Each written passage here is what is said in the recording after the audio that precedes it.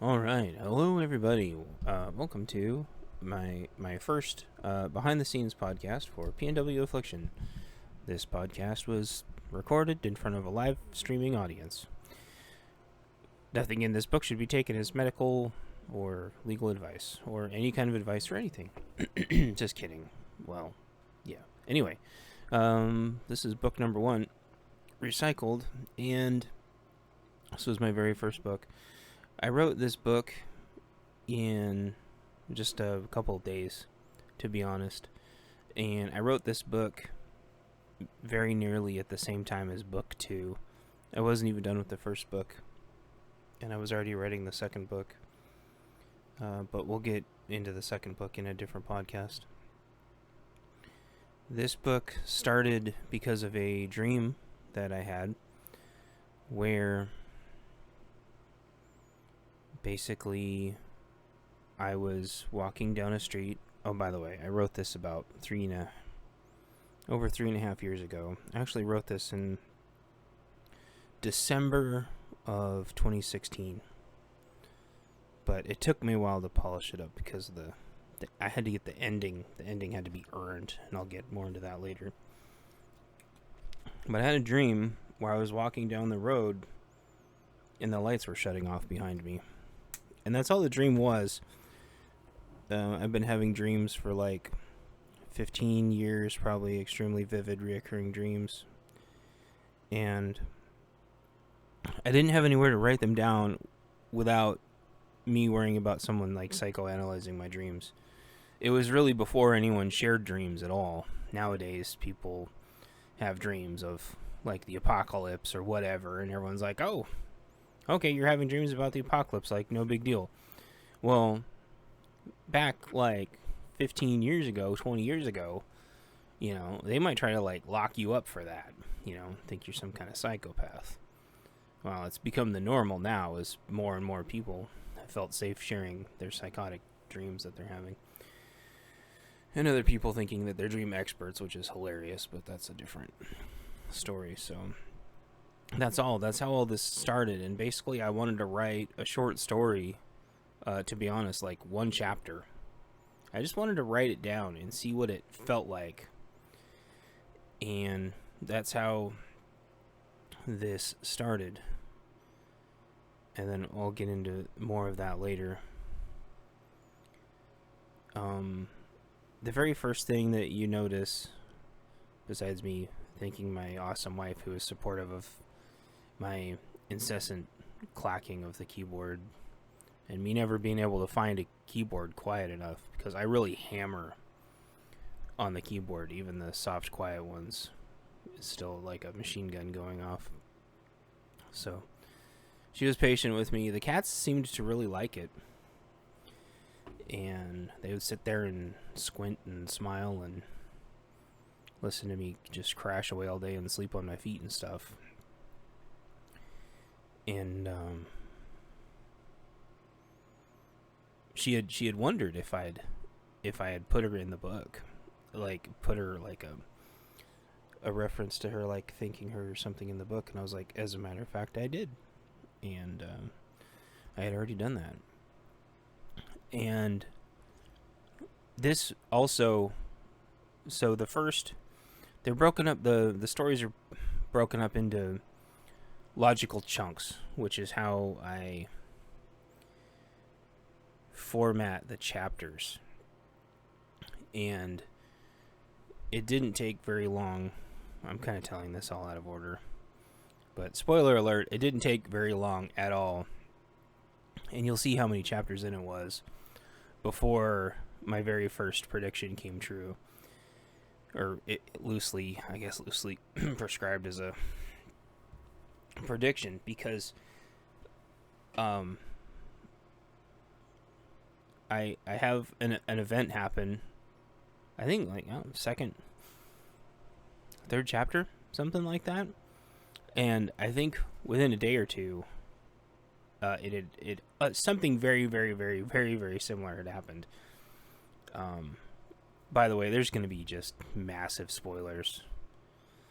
Should be obvious. I'm going to put this at the end of the first book in in the playlist. So, anyway, a character dies in a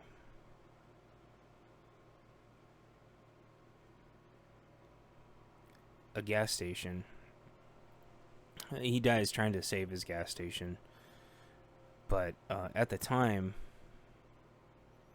we didn't really know the details, I think, quite yet. It took several years, I think, before the details to come out. But I found out just a couple days after writing this that a gas station attendant had been murdered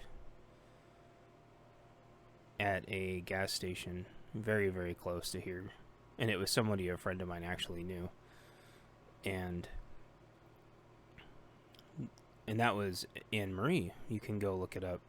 It took 3 years before they finally busted the guy that did it. And they tried to, and there's videos of it. They tried to say a drug deal went bad. And that they said all these horrible things about her and stuff. And that was just like the first realization. You can say, oh, those two things have nothing to do with each other.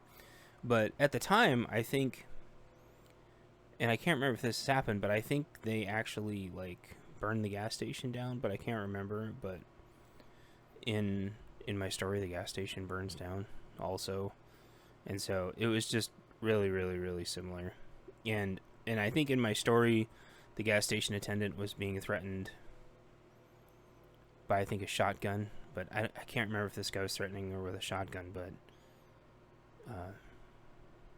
yeah, I can't remember the exact details. I didn't pull them up for the podcast, but she ended up, I think, getting stabbed and killed. And I think they set the place on fire. And it was just really scary to me, and to be honest, I actually wanted to just stop the story right there, and I was just like, never mind. It was so similar, or at least at the time it seemed so similar, that I was just like, I can't publish this. I'm like, what if this keeps happening? And I thought, what if I keep writing horrible things and this just keeps happening? Because that's always been a huge fear of mine. I know a lot of people say, oh, I'm clairvoyant, oh, I'm sensitive, or I know when bad things are gonna happen. And, like, they don't know shit. Constantly, I see this stupid, incessant bullshit of how sensitive. And nothing ever happens because they have no idea. They're all just full of their own shit. They never make predictions of anything. It's always vague horse shit. Because they get so immersed in negativity that they just think there's always going to be bad outcomes. And then you have the other side that has normalcy bias. They always think everything's going to be fine, and they're just as stupid. It's really somewhere in the middle. Usually everything's 99% fine, and then 1% catastrophically horrible. That's the reality of the situation. And so I was like, oh boy, what if I just start writing shit in here, and I'm going to be writing horrible shit because it's a post-apocalypse book, and what if it all happens? And then I realized a huge chunk of it probably is going to happen, and me writing these books isn't going to do anything about it. And that's how I sort of decided to write it, as like a historical account. I called it a futuristic, like, alternate reality historical account. So I always imagined someday, and I should have really written this down somewhere, but it's okay. I've told it a million times. Someday somebody will find these, and, you know, society will be gone, and they'll read this and think that this was the actual, like, legitimate historical accounts of what happened. Like 1,000 years from now, and this place is gone, but they just find these books. That was kind of how I ended up writing it. Very, very, very rarely do I have to actually go in and update anything, because almost all of it's already happened, and it didn't happen exactly how I thought it was going to, but it's close enough to where I didn't have to change any of it, which is pretty funny. One exception, and I'll get to this in a different books podcast, but in book 6, I actually didn't predict that Antifa would just start straight up assassinating people. I didn't actually think that would happen, because I didn't think, to be perfectly honest, I didn't think that they had the balls to do it. I didn't think they had anybody insane enough to just flat out start doing it, because I thought that they would have enough self-preservation instinct to realize that once you start that, there's no coming back from it. No society in the world has ever come back from that once the two sides to start to just I should come up with code words for this stuff. Pop each other. And no society's ever come back from that. I didn't think that they were going to do it. So I actually didn't write that in my books. And I don't think I needed to, because it would have been for shock value anyway, because it's extremely shocking, and it ended up actually happening, and it couldn't have been any more ironic. But I guess I could talk about that in a later book. I don't know. And I do honor a book to Jay, who was the first official pop casualty. I gotta think of code words for this stuff, because otherwise these podcasts are just gonna get me shadow banned. So yes, this is the first of several people who passed away in the process of me writing these books. I think I have at least 4 that I have dedicated my books to. I thought it was going to be more than that, but some people ended up pulling through that I knew, thankfully. This is the legalese right here. All rights reserved, no portion of this book, and this is a work of fiction. I won't cover these in every book, but I ended up adding these legalese until way later. My books didn't have legalese for like the longest time. They had a copyright, and that's it. And the reason why is because when I did webcomics, that's all I used to do. I didn't do all the legalese stuff. And just going back a little bit, I did like version control because I have like a huge ISO 9001 background, and so like having the versions and the dates has helped me keep track of these books throughout the years. But also right away I started just writing at the beginning what kind of story it was. And I to be honest, I don't know why. I thought it helped set the setting a little bit, that okay, this is going to be a city one. City ones, rural ones, and water ones, and stuff like that. Lastly, but not leastly, one of the later additions I added was the content advisory. This is because this has nothing to do with the books, actually, but it ended up going in the books. I ended up putting this on my stream because I kept teetering between wondering if I should make my streams X tagged or not, which is a DLive thing. This is going on YouTube, but if anyone's wondering what that is, it has nothing to do with pornography at all. It's just, it's supposed to be what the 18 plus is. It just means like if there's violent content or swearing, but there's no swearing in my books, and there's very few like actual like explicit adult situations. But when I started writing 16, 17, and 18, I realized that there was parts of the story that I couldn't really tell without explaining a little bit of the intimate portions of those situations, and I talked to some other writers about it, and if you need like an event to happen mid-situation, you have to be describing the situation, and that way it's kind of like not gratuitous, and it's part of the story instead of just being a romance, like just graphic graphic adult romance novel, which I'd never read one, and turns out that most people haven't read one, and nobody could really explain what the point of them was. And I remember when I was a kid, just having absolutely no interest in reading them.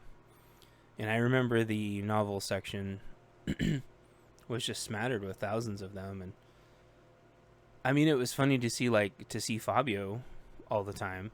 And I knew who Fabio was because he was on the cover of a Nintendo game called Wizards and Warriors. I think it was Wizards and Warriors. So I knew who Fabio was. And so it was weird to see like this video game character on all these like women's romance novels. And plus he'd become somewhat of a meme on TV before memes were a thing. And so I was like, oh, that's weird. Like, are those like, you know, fantasy adventures? But it's like, no, they're all romance novels. Anyway, I digress. So the point is for my stream for a while, and I ended up, I think it's still on my stream somewhere on DLive down in my About section, but nobody reads that stuff, but I guess some people do. I just wanted people to be aware. But what I ended up doing instead of making this like a primary part of the stream is I would write I'd write the romance parts offline and then black them out as I was, and then I would go back online, or I would change scenes, write it, black it out, and go back, because it doesn't matter if you're X-tagged or not. Nothing stops under 18 people from going to your stream. So it was just, and then there was adults and parents and stuff are like, kids could read this, and I'm like, why like, okay, where are their parents? Like, I don't understand. Like, okay, I guess I just can't do this then. And X-tag, there was like no point, literally no point. All it does is shadow ban you on DLive. So I was like, all right, I'll just change scenes, write it, black it out, go back, and just try to remember to unblack it out later. Which is also why I don't read 16, 17, and 18 on stream. Those 3 books. The rest of them, 1 through 15, kind of have, it's sort of like a fade to black thing.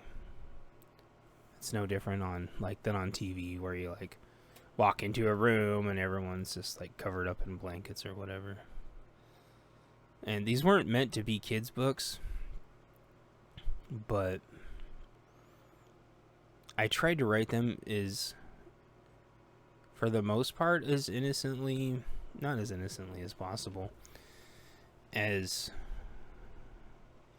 positive and lighthearted as possible, because there was already just so many doom and gloom books where everybody dies, and stupid Walking Dead show where it's like everybody dies except for 3 heroes that have plot armor, and it's like, okay, whatever. And then they gotta leave for a while, and you know it's because they're gonna go do some other TV show, and it's just like, give me a break. My webcomic that I had, which had over 200 pages, was always very lighthearted. Nobody died. And I know, idealistic is probably the word that I wanted to use. I know it's very idealistic, but like, why can't you just have your characters not die? And how I justified it to myself was, these are the stories of the characters who survive, so it's okay if they don't die. What I don't tell everybody is all the stories of everybody else that I'm not telling. It's because they all died. And these characters are just all surrounded by death, but they just don't talk about it or acknowledge it. In reality, tons and tons and tons and tons of people die in these books, but these are the stories of the survivors. And I think originally book 18, I know I'm digressing a lot, but book 18 was actually just going to be like every character dying, I think, and going to heaven. But after a couple characters, I realized that that's it would be very bittersweet, but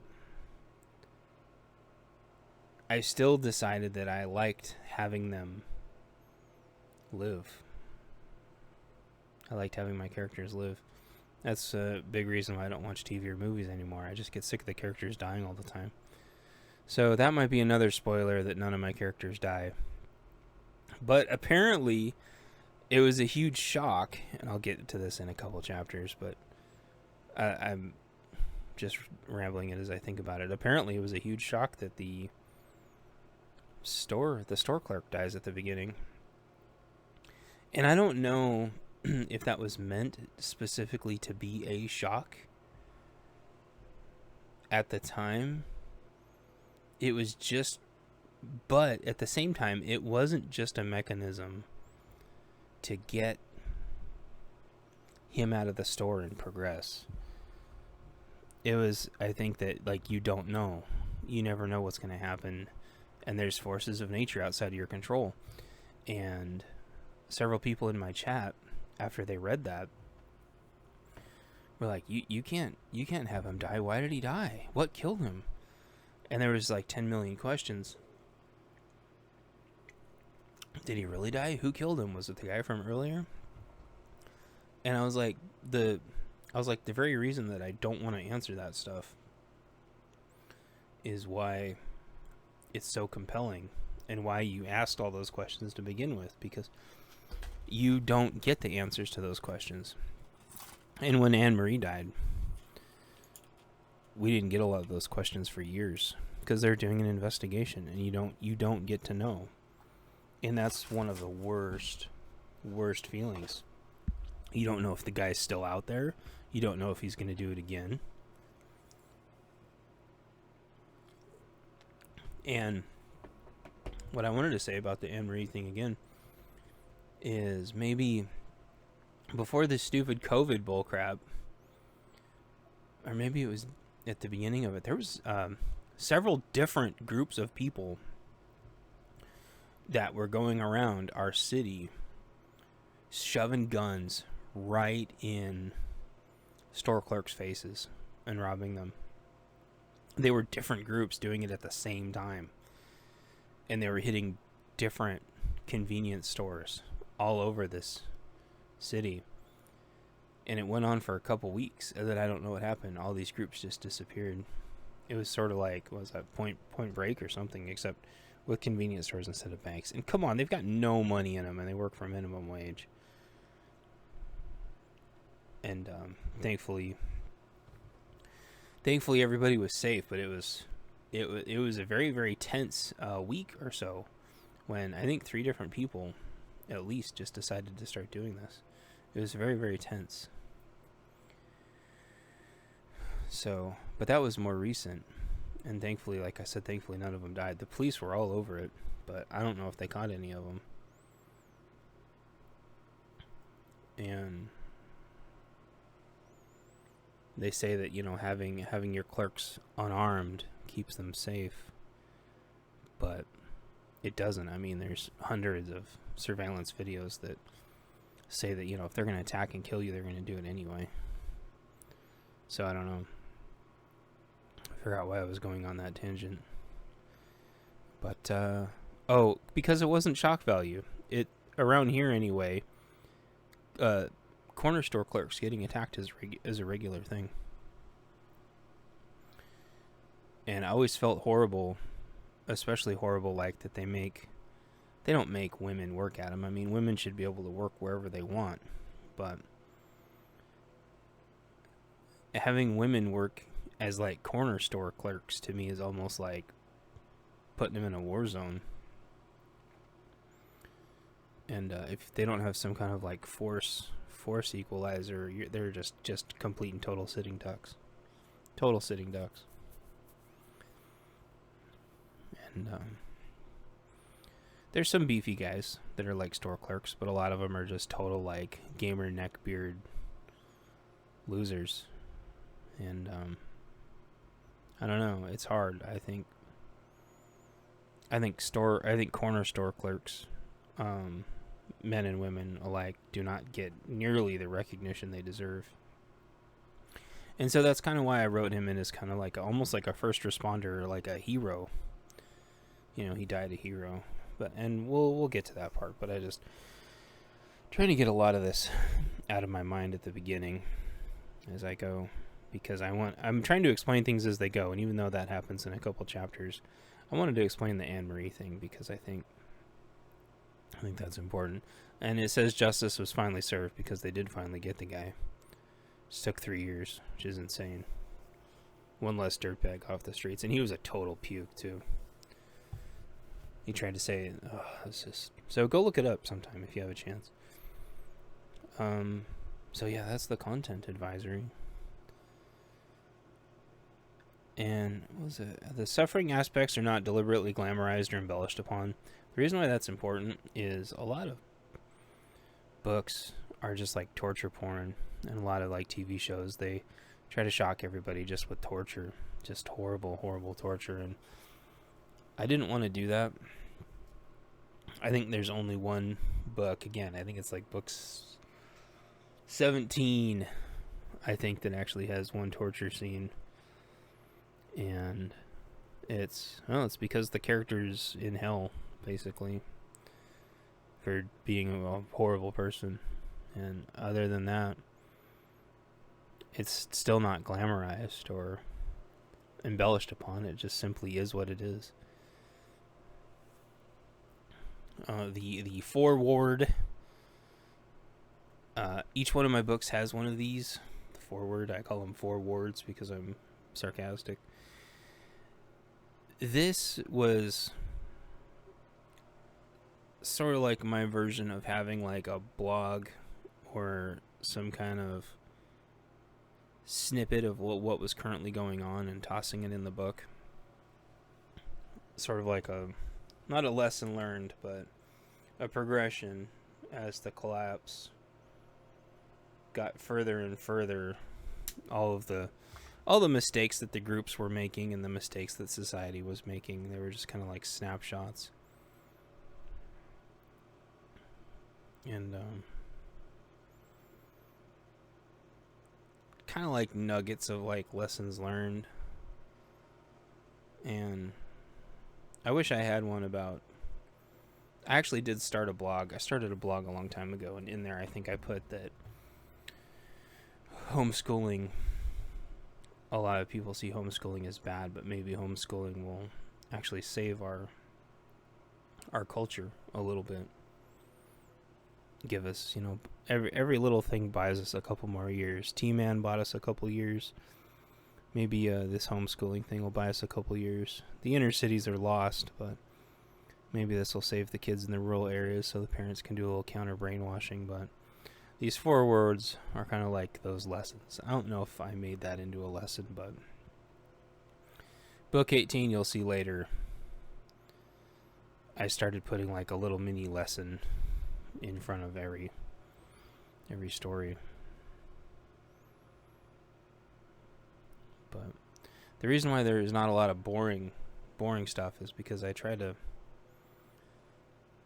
have kind of a three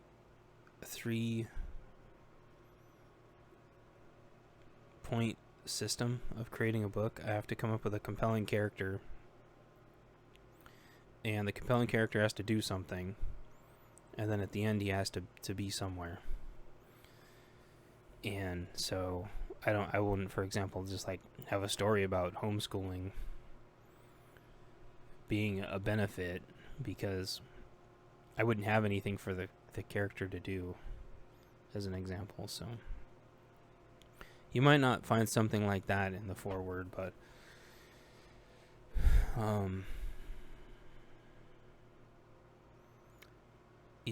a lot of it's like nostalgia. And if somebody was to look back, it would be like the reasons why everything failed. The reasons why everything was as bad as it was. So whereas I would see like homeschooling as a positive, and it might not. It would read something like, In the beginning, everyone thought homeschooling was really bad, but it turns out that parents were able to reverse a lot of the brainwashing going on in the public school system. But even that, it's like a positive, whereas like these forewords are all negatives. They're all why everything happened. I think it was this one. Is it this one where I talk about indifference? Yeah. At some point through equal parts indifference and let someone else handle it, like while we go to work, we ended up in a society where values that used to keep us safe are quickly becoming perceived as the enemy.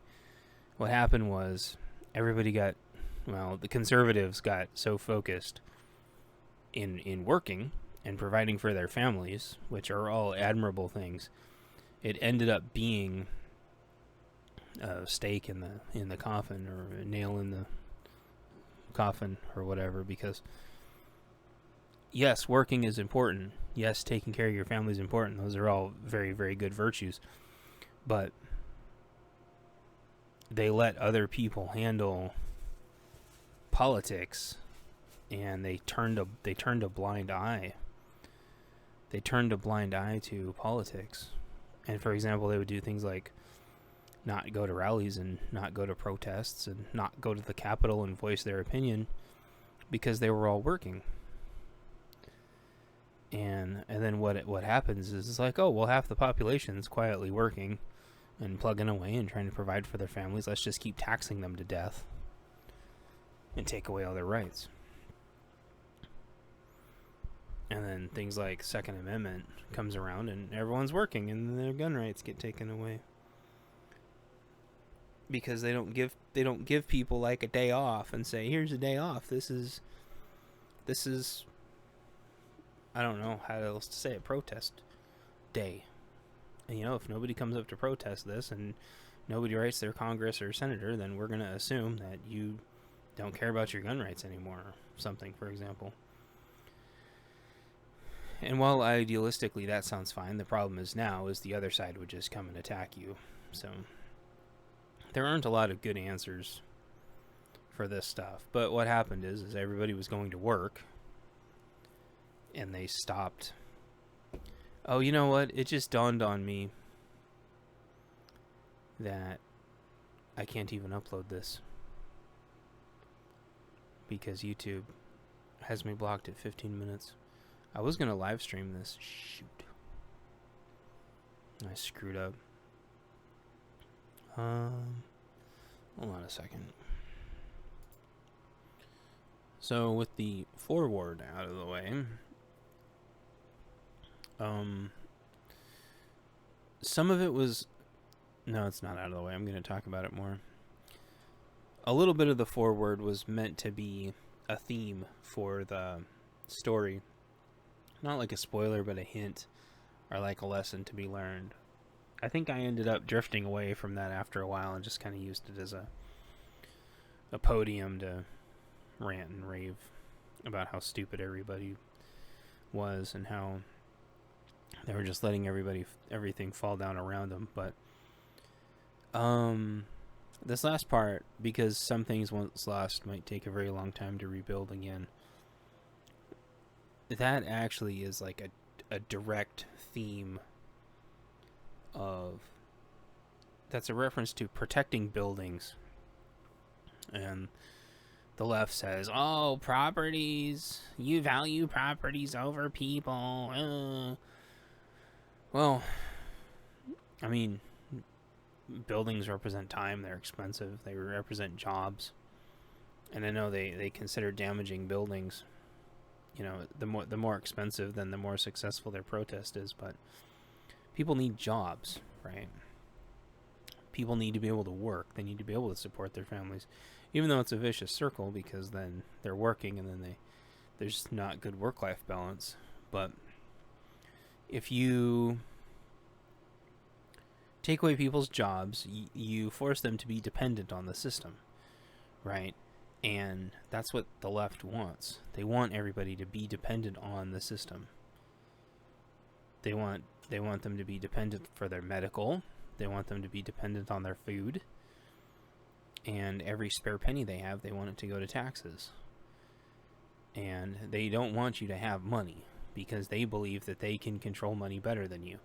And what is that called, everybody? That's called communism. And the more buildings they destroy, the closer we get to communism, because we won't be able to have jobs anymore. And this first story is very, very, very specifically about that. About trying to save a building. And again, like I said at the very beginning, it didn't start out that way.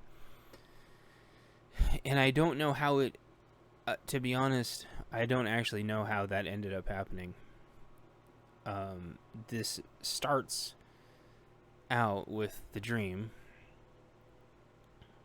which it's not a dream in here, but it was a dream that I had. It's real in here.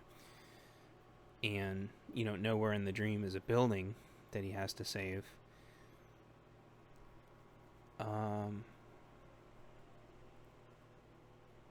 At the time, they hadn't really started destroying buildings yet. But I knew that they would want to. I knew if there was like a purge style, not if, but when. There had already been several quote-unquote purges before I wrote this book. So I guess I take that back. In, what was it, Ferguson? And, I mean, the LA riots also, and WTO. So they'd been known for attacking, like, a Starbucks here and there. But they had never, for example, taken out... No, in Ferguson, I guess they... No, it wasn't Ferguson. It was another one where they did burn down, like, an auto zone. For some reason, they love burning down auto zones, and I don't know why. It's really stupid. It's kind of a running joke because they call their zones autonomous zones. But then they go and attack the actual auto zones. It's a play on words, but I think it's funny in a sad, sardonic way. But they hadn't really attacked any big buildings. They burned down a Wendy's a while back. They caught that gal. They burned cars all the time. But they never really burned any big buildings. And people would say, oh, well, the right-wing nationalists did XYZ to this building and XYZ to that building. And those were big buildings. And it's like, yeah, one of those was just one guy that was a total psychopath that nobody wanted anything to do with. And I'd have to go look up the others because I can't remember the other one. And then obviously 9/11, but in terms of like roving street gangs, they never really burned down anything bigger than like a Wendy's until recently when they actually started doing that. Even in the LA riots and WTO, it was nothing bigger than like a Starbucks. But nowadays they'll set like whole entire malls and stuff on fire, which they've done. They've burned whole malls and stuff to the ground, I believe. So, and obviously there's what the port it wasn't in the port in Lebanon. Was it Lebanon? Things like that, I mean, are different. Like boom boom explosions are different. I'm talking about just like straight up burning buildings down.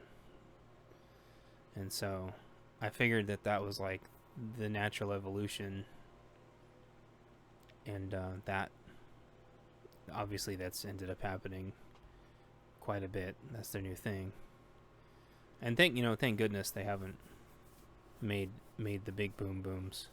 That would be absolutely horrible. And I again, that's another one of those things where, cross my fingers, I don't think they'll do, just because they're not. Hopefully, they're not that stupid. You get hunted to the ends of the earth if you do that, and I think rightly so. I don't care who you are, if you're gonna go do that. Obviously, it's not protesting. It's I wouldn't say any more that Timothy McVeigh was protesting than I would say that anybody else was. if you're destroying property, you're not protesting anymore. It doesn't matter who you are. You're just a psychopath at that point. So,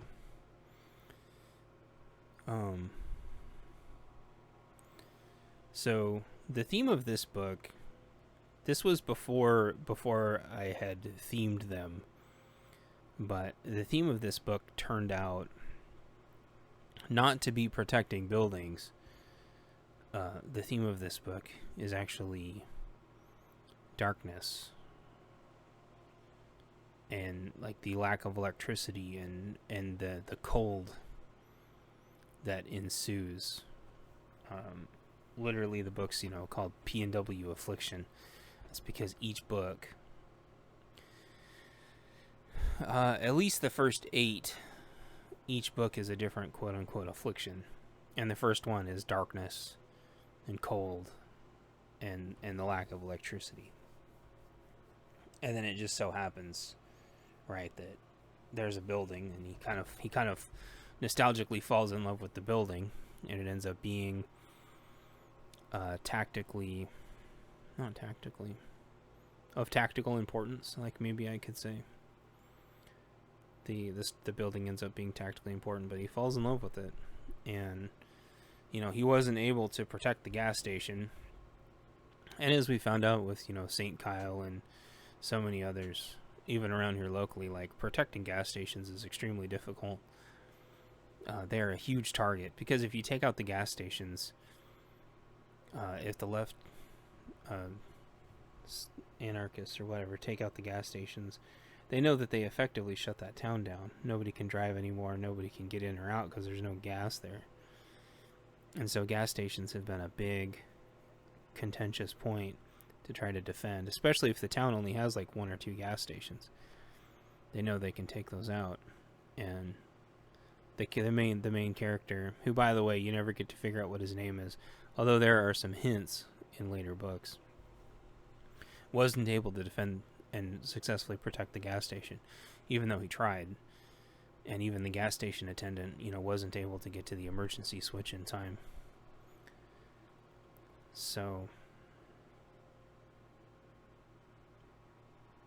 yeah. So, 42 minutes, and we're finally actually starting the book. The cat playing with the plastic bag, that actually used to happen. We had a cat that loved playing with plastic bags, and it would wake me up and she would crinkle them, and there was a lot of these things that I would put in my stories and I wouldn't know why, and then later on they ended up being callbacks, and the plastic ends up playing a point later. I hadn't had, when I began writing this, the recyclery didn't even exist in my brain. The waste, trash, fiercely recyclery didn't even exist in my brain yet. And just these callback, like these books, the first 3 sort of wrote themselves, but it was still a little bit of a challenge. It wasn't until the 4th book, until the books literally just started writing themselves, I stopped trying to fight it. And I realized kind of through these little hints that the books were trying to write themselves all along, because the plastic ended up being important later. And, yeah. So, the beginning of this book used to be very, very, very pretentious and in your face, and I wanted to like weed people out early that weren't going to vibe with the books, and so right at the beginning I talked about how being armed was good, and you didn't leave your door unlocked, and I make my own safe space, and some of those were sort of like memes and jokes from like the 2A culture years and years and years ago, but I actually used to have way more, and I took a lot of it out at in a way later iteration, and I know as soon as I took it out, the story started a little quicker, and it made the characters seem way less arrogant. and pretentious, which I really like, because he wasn't supposed to be. He's supposed to be like a calm, analytical guy, but on the inside,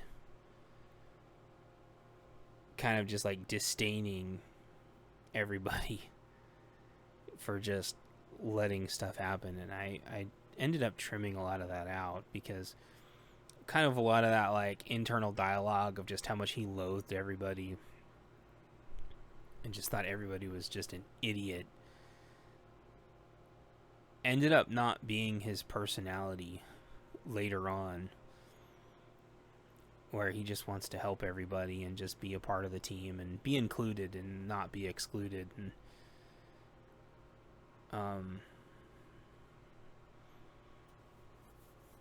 that ended up working well later too, when you realize that a significant portion of, that's a spoiler for a way later book,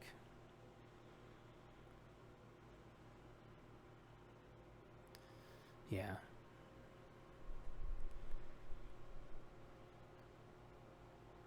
I know there's a lot of dead air right now. All those people don't matter. We'll just say that. All the people that he loathed and had disdain for causing all these problems. He was a bitter person for a while because of the collapse that happened before this, that left him in the situation that he's in. But I ended up trimming a lot of that out, because he ends up being more hopeful and starts off as a lone wolf and then realizes that the lone wolf thing is not going to work. And that was even some of the early feedback I got. Oh, this guy's like a one-man army. He could take anything. What's he afraid of? I was like, well, if you'd read the book, you find out that like he's nowhere near as prepared or as trained as he needed to be.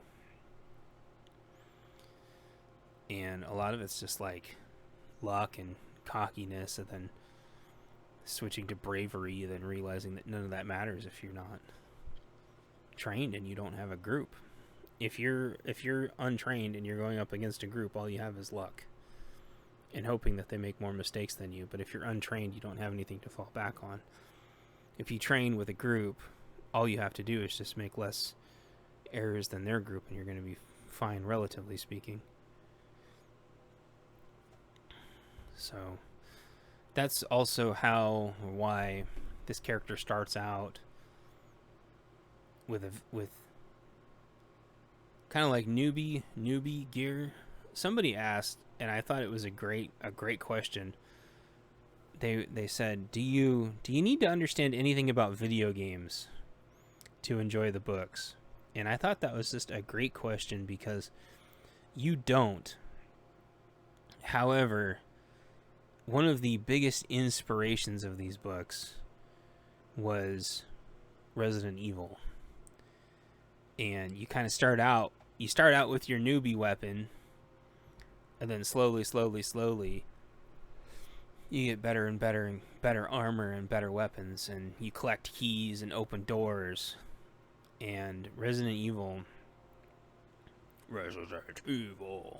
is a huge inspiration in these books. And the other inspirations are Tom Clancy and John Walsh and Chris Hansen. Those are all kind of those are like my big four inspirations that I drew from. And so he starts out with his newbie weapon, right? It's a single stack 9mm, which has its place, but as he figures out, like, that is literally nothing. He also, doesn't wear a bunch of like really appropriate clothes. So I cut out a lot of the pretentiousness of this first chapter to get it going. There's still a little bit of it, like, gotta lock the door, This, I think I remember, like, a lot of this was like just 3 paragraphs of me just browbeating people, because I wanted to kind of scare people away that we're gonna just crap on the whole thing. But I got rid of a lot of it, and I'm much, much, much happier for it now. Another thing that I got rid of earlier on than that is a lot of the OCD, like, gear checking that he does, like, constantly OCD checking his belt and his keys and wallets and everything. I cut a lot of that out, too. Along with only a single stack pistol and not a lot of warm clothes. Because in the Pacific Northwest, you don't wear a lot of warm clothes. You only wear, like, just enough to get from point A to point B. And if you're stuck, you're always screwed. If you get a flat tire or something happens or a door's locked or you get locked out, like, you're always screwed. Because you only wore, like, the right amount of clothing to just get there. Not if any emergency happened. And a lot of people have died because of that. They took a wrong turn and ended up in a snowbank or ended up getting locked out of something and they die from the elements. It's a very common thing here. Like yesterday, I was out camping and hiking and stuff and realized in the last several months of me not going into the office, I didn't have nearly as much food in my backpack as I normally would. And I thought I had like 3 times the food, but I know what happened is some of it expired. And apparently I didn't replace it all. And that's just kind of one of those things that happens here. It just goes back to like the indifference of it all. So he starts out with a newbie flashlight too. It's got like some special tricks, but you know, it doesn't have new batteries in it. You know, and he doesn't have, I think, any food with him or even a drink in the beginning. He starts out as a newbie. And this wasn't even meant to be like a hero's journey. It was kind of giving him a purpose to go to the corner store and not just turn around. And starting him out with a little bit. How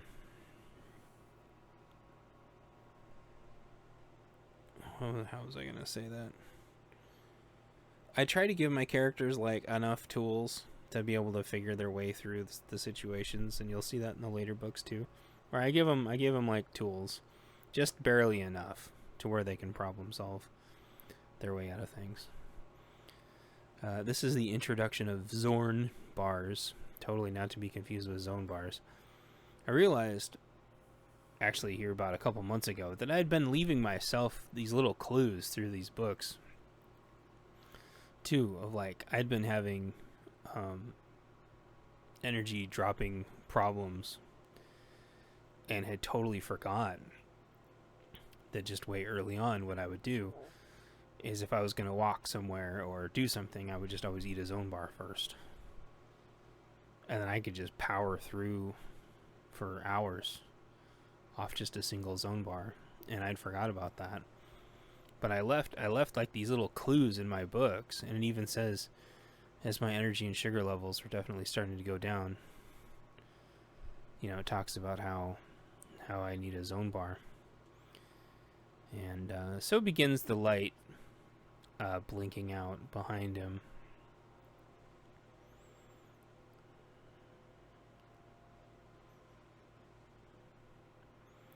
One of the things that somebody's feedback actually made me realize is I needed to explain a little bit more that there was only one car in the parking lot and that it was the clerk's car. The guy that was in robbing the clerk or accusing him of causing these problems is sort of like, you know, that cultural bias, assuming that when there's a terrorist attack that they just grab the first Middle Eastern person and blame it on them. Same thing with the CV-19. Just blaming like the employees at like a random Thai restaurant or something. It's like that absolute like pig-headedness. And thus kind of begins the story, or the theme of how like we're all on the same side. And how you don't know who your friends are going to be, and that there's honorable, virtuous people in every culture. So, this thing with the putting the shotgun in and having the shotgun not be ready, that's happened a bunch of times in Clerkhold store holdups. It's definitely happened around here. Or they just have like running around with like fake shotguns and stuff. I like the idea of a snub nose 357 because oh my gosh, like at short range, you'd be so toast. I couldn't even imagine. You don't even have to aim. I mean, if they're like 5, 6, 7 feet away, you know, they won't even see you holding that thing, and you'll just, oh, it would just be a mess. And that's what he said. Like the mess would have sucked. I can even imagine. So,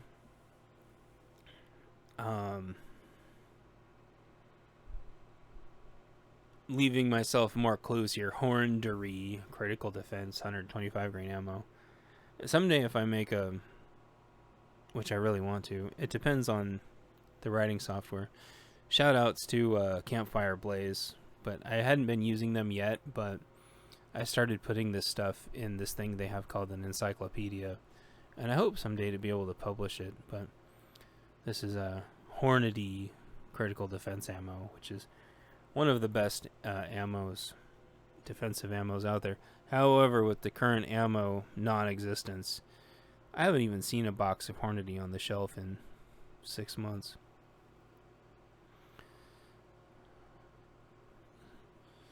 Back to the zone bars. Oh, the Monster energy drink, which is Monster Energy. Green tea was a flavor that they used to have, which was amazing. Now all they have is these like the nasty pink and yellows and orange, not the yellow ones, these nasty like pink ones and these kind of like magenta red ones. The only good one left is the tea plus lemonade. I drink these because James Yeager of Tactical Response drank them all the time. And I'd been messing around trying different energy drinks. My friend turned me on to them a long time ago. The zero caffeine, not zero caffeine, the zero sugar ones, but they were super hard to find in any kind of bulk. And then he was drinking one of these, and he's like, these are great for like, you know, morning after training and stuff. And the green ones was like their first really like hit breakout flavor, but it became extremely hard to find very, very quickly. And was, I don't know why, it tasted amazing. The yellow became the predominant flavor. Thankfully, the yellow is still really good, and you can mix it with berries and lemonade, and it tastes amazing. Or you can mix it with tea, and it tastes amazing. Which is what I'm drinking right now. And there's a shout out to James Yeager later on, which was, I think, one of the very first YouTube channels that that taught me a lot of the training stuff. I don't specifically shout out any of the prepper YouTube channels in here anywhere, like 299 Days did. 299 Days wasn't a huge inspiration, but I did read and legally purchase in the whole 9 yards things, the whole series, and it was really good. I had some issues with it. I'm not going to trash talk it. It was good. It was a little baity, but it was really, really good. And one of the things he did was he name dropped some YouTubers, and I never did that, but if I had 2 YouTubers to really, really, really recommend, my 2 huge eye-opening YouTubers were James Yeager, Tactical Response, who's had his channel wiped by YouTube now, I think at least twice, for telling the truth, which they don't like the truth. They're in YouTube land. And then Southern Prepper 1, who has always been light years ahead of his time in terms of the things that he was covering. I mean, he covered the 3% movement like way before anybody knew about him. He had been going to like Black Lives Matter town halls and stuff way before anybody even like knew about that stuff, and creating like defensive positions, like really, really, really good defensive positions around his homestead. And you know, talking about like needing to bring his son home because his son was on the Ukraine border with Russia in case Russia pushed over, just some insane thing like that. He knew everything way, way before everybody else. He was a volunteer firefighter and then stopped and then talked about like how people's like houses full of like all their 30 years of preps and stuff just would like burn down because they kept it all in one place. Told everybody like how to scavenge and find like really, really good stuff from like job sites who had extra materials and just needed somebody to haul it off. It's just amazing. So those two websites were kind of really my two eye openers. And a lot of people didn't like James Yeager, but to me, he lived it, and a lot of people don't. A lot of people are just absolute total talk. And you know, I think as usual, it's the same thing with everything else. A girl gets in the way and broke his team up, which is really unfortunate. But he's kind of an ass, and you get a bunch of like strong testosterone, you know, protein guzzling people in the same area, and you're always going to have headbutting instead of just like working for the greater good. But sometimes, you know, just like, you know, Metallica and Megadeth, you know, you end up with two really great things. But it, you know, it's nicer if everybody like separates amicably instead of having just these huge blowouts.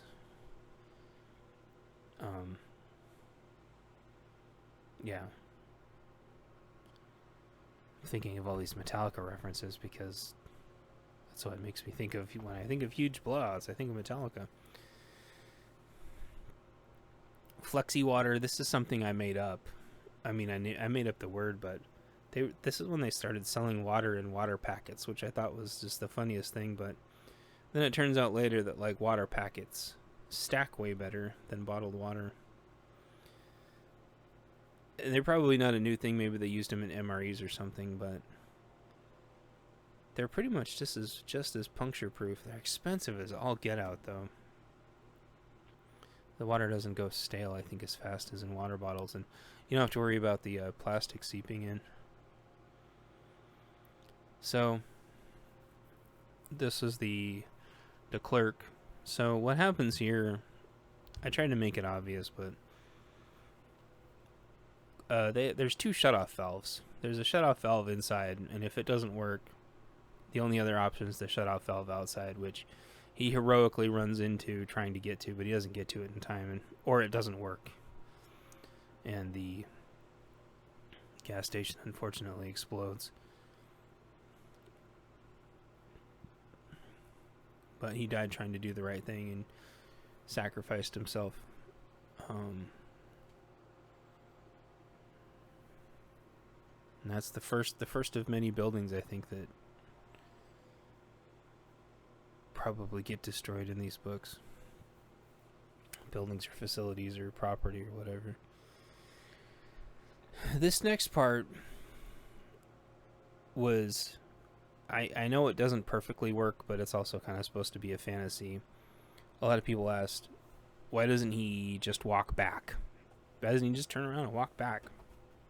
And the answer is because there's a huge fire, and if you've ever been around a really, really, really, really big fire, they radiate so much heat. And there's like ancillary explosions, and you're just not walking back that way, right? Especially if in gas stations are always like really close to the roads. You're really just not walking by that. You're gonna be going around it. And it's also when he notices that like there's no sirens coming, which means it's not gonna get put out. He doesn't want to wait around and get blamed for it and get asked a million questions. So one of the additions later that I did not I cannot take credit for seeing that this was going to happen was all these like cracked out RVs. In fact, I saw one again yesterday in a new spot. They just barely get their RVs to a location and just camp there. And if nobody gets the RV out, they just conglomerate there like flies on crap. And I added that later because I wanted it to be like a memory and a lesson. Thankfully, these days, the municipalities are getting better at removing those RVs, but it's really expensive. And they had to get like emergency funding because towing is expensive and you got to bring it somewhere and it has to be safely drained. And boats are the same way.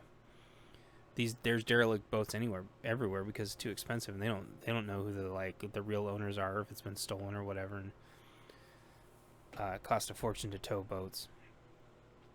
Same thing with RVs, and these RVs can be just out in the middle of nowhere. I've been literally in the middle of nowhere, no cell signal, and the GPS wasn't even working. And there was just like cracked out RVs with all flat tires, just parked in the forest, and it's disgusting. It's absolutely disgusting. And how do you tow that? Like, I don't even know. And they just create like little communes. And the big one that I know about, like I said, they got emergency funding and eventually towed them all. But there was just crack needles, and they'd been just camping outside this neighborhood, just stealing their shit every night. And so I ended up coming back and putting that in here because I thought it was very, very appropriate to fit in the setting of like why he wouldn't want to walk that way. It was very scary. My wife and I went to one, and even walking anywhere near it, all of a sudden people started getting out and just looking at you, and it was really scary. And we drove through it, and it was like 15 or 20 of the damn things, RVs, and it was just disgusting. Absolutely disgusting. So, suffice it to say, shoop-a-doop-a-doop. Hey! Who's that Pokemon? It's Ringo. Meow, meow, meow, meow. Suffice it to say, he chooses to... I swear the lights keep flickering, but there's no lights on in here, so I don't know what keeps flickering. It's freaking me out, though. Meow, wow. Meow, wow. Meow, wow.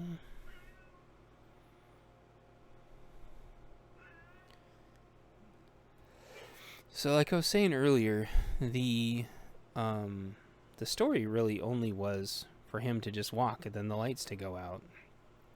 And then I decided, hey, what if I just had him walking somewhere? And then I decided, hey, what if I had him walk somewhere and then that the corner store, and the corner store was getting robbed. And why would he go to the corner store? Well, to get some water and some Zone bars and some Monster drinks. While he's out, why not get those? And then, what if the place gets attacked and blows up? Okay, well, how would he get home? Okay, I'm like, and well, this works because the lights can, keep on going out behind him. And so the next thing I thought of... Ooh, hold on. Oh, okay.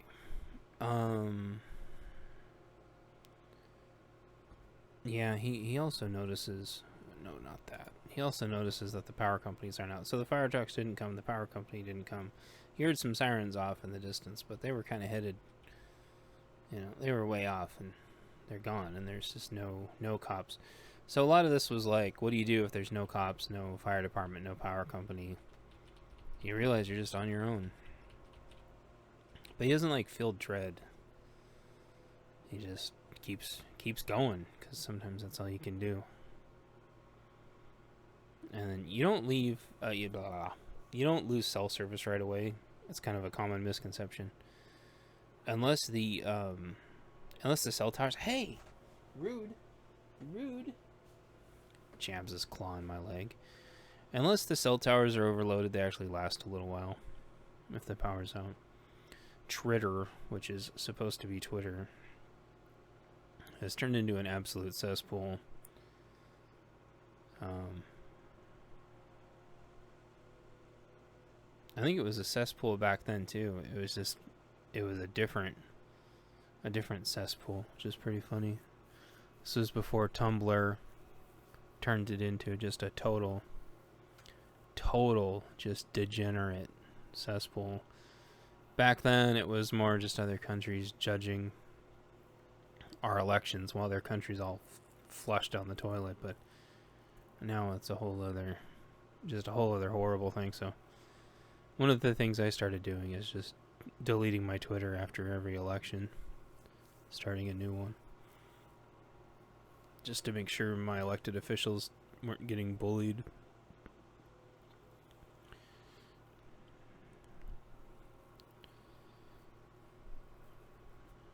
But back then, I wasn't really involved in the elections in Twitter. It wasn't until 2 years ago to where I really realized how bad it was, because back then, 4 years ago, they weren't attacking our officials yet. They started attacking T-Man, but they hadn't started attacking the rest. They didn't think he was going to win. Well, because everyone said he was going to lose. Then, which I guess brings us to a good point. None of my books cover who's actually in charge of the country or when exactly it happens. This book was always supposed to take place about 2.5 years into the future. But considering I thought it was going to be a little bit harder of a collapse, and it ended up being a lot softer of a collapse. I believe we're in it right now, which some people teased me for and then never came back. And they couldn't refute it either. They just kind of laughed at me and then left. I was like, okay, well, it's kind of dumb. Don't laugh at me, because I think we're in the collapse now. I think we absolutely are. And so, in hindsight, the hard collapse didn't start when I thought it would, but the soft collapse basically did. We managed to hold it back, with T-Man, and then, the violent Lefty Loos attacked, and we managed to hold it back for about pretty much right on time to when I thought it would happen. So about 2.5 years, the soft collapse. Stop it, little booger. Why are you so bossy?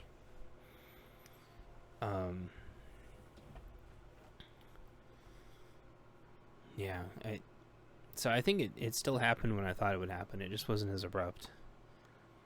And I don't think that would have made for a good book anyway. And so in these stories, basically the soft collapse has been going on for a while. And then kind of a hard collapse. Well, a hard partial collapse finally hits.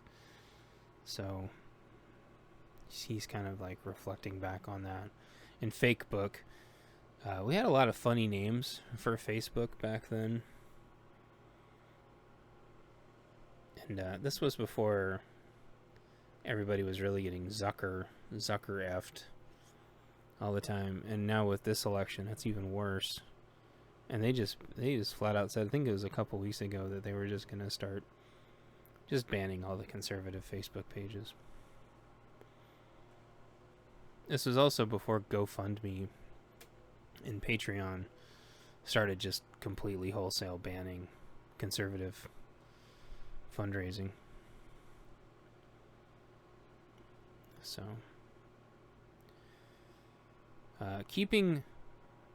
there's some kind of hindsight things I learned here. Eventually, keeping maps saved on your phone or saved on your GPS is a really good idea. Really, really good idea. And I didn't have a dedicated GPS when I wrote this, but my phone had the option of downloading the maps, even though they were huge. So I did that. Doing that on a GPS, you actually have to do it, but it's a really good idea. What I found out the hard way, though, is if you don't keep those maps updated, navigation doesn't work very well. And I found out the hard way many times of my GPS leading me up to a spot, only to find out that the city had put like a berm there, and it wasn't a through street anymore. I remember three specific times where four,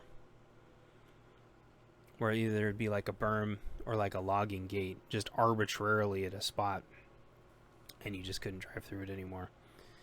So it's kind of one of the big follies of GPS, but still highly recommend saving your maps locally. If you're out of cell, you can still use them as long as your cell can ping the GPS. The buses aren't running here, and it turns out way later downtown during the riots that they actually were shutting the buses and trains off. And what this did was it prevented the rioters from coming and going. They weren't worried about them getting attacked. They were using them to keep the rioters from coming in, or keeping them from going out if they were going to try to corral them. So there was a couple other reasons why buses just randomly didn't show up. There'd be like construction, and the bus schedules would just change on a whim as mass transit would shut off, and they would have to alternate between buses and trains. So yeah, a lot of times it was just faster to walk if it wasn't really far. This next part is about the predominant homeless population. And I used to argue with people a lot about... I never said that, like, homeless people were evil. But what a lot of people try to do is they try to portray homeless people as this, like, romanticized, virtuous subculture where, oh, they're just trying to exist, and they're just trying to live, and they're just trying to survive, and they just want their 5 cents for cans. And they don't really know. And since the writing of this book 3.5 whatever years ago, I've actually talked to quite a few homeless people, and they're not all like unhinged, like unmedicated psychopaths, but some of them are. They're also fiercely territorial, extremely violent, and completely unpredictable.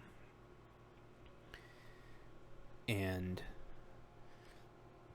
the horror stories I've heard from other homeless people about these homeless camps and stuff, it's just insane. And they're all over the place, these huge homeless camps. And I remember talking to this gal, and she said, I would feel completely safe walking into these forest homeless camps with no fear in my heart whatsoever. And I'm like, I just remember thinking, like, you're insane. That's the same stuff that, you know, lefties would say before they go into like Syria or whatever and just get completely butchered. And not that all homeless people are like that, but some are just fiercely territorial and completely delusional. And they're constantly drinking and doing drugs. And they are not a functioning portion of society. Now, some of them are total scammers and are actually just normal people. But a lot of them have very, very deep mental issues and a lot of drug issues. And they have no problem stealing each other's stuff the second they turn around, or just lighting all their stuff on fire, or just beating them, or just all kinds of just horrible things. And it's not a new issue. I remember listening to like an old radio broadcast. I think it was like a story, but I think it was like real stories of the Highway Patrol or something like that from like the 30s. and they were talking about like these big shanty towns, and they'd have to go in and try to find somebody that, you know, committed a violent crime. And the stuff they described from like the 30s, like the Great Depression, if you didn't know, if they didn't have those old-timey voices, you like, this could literally be going on right now.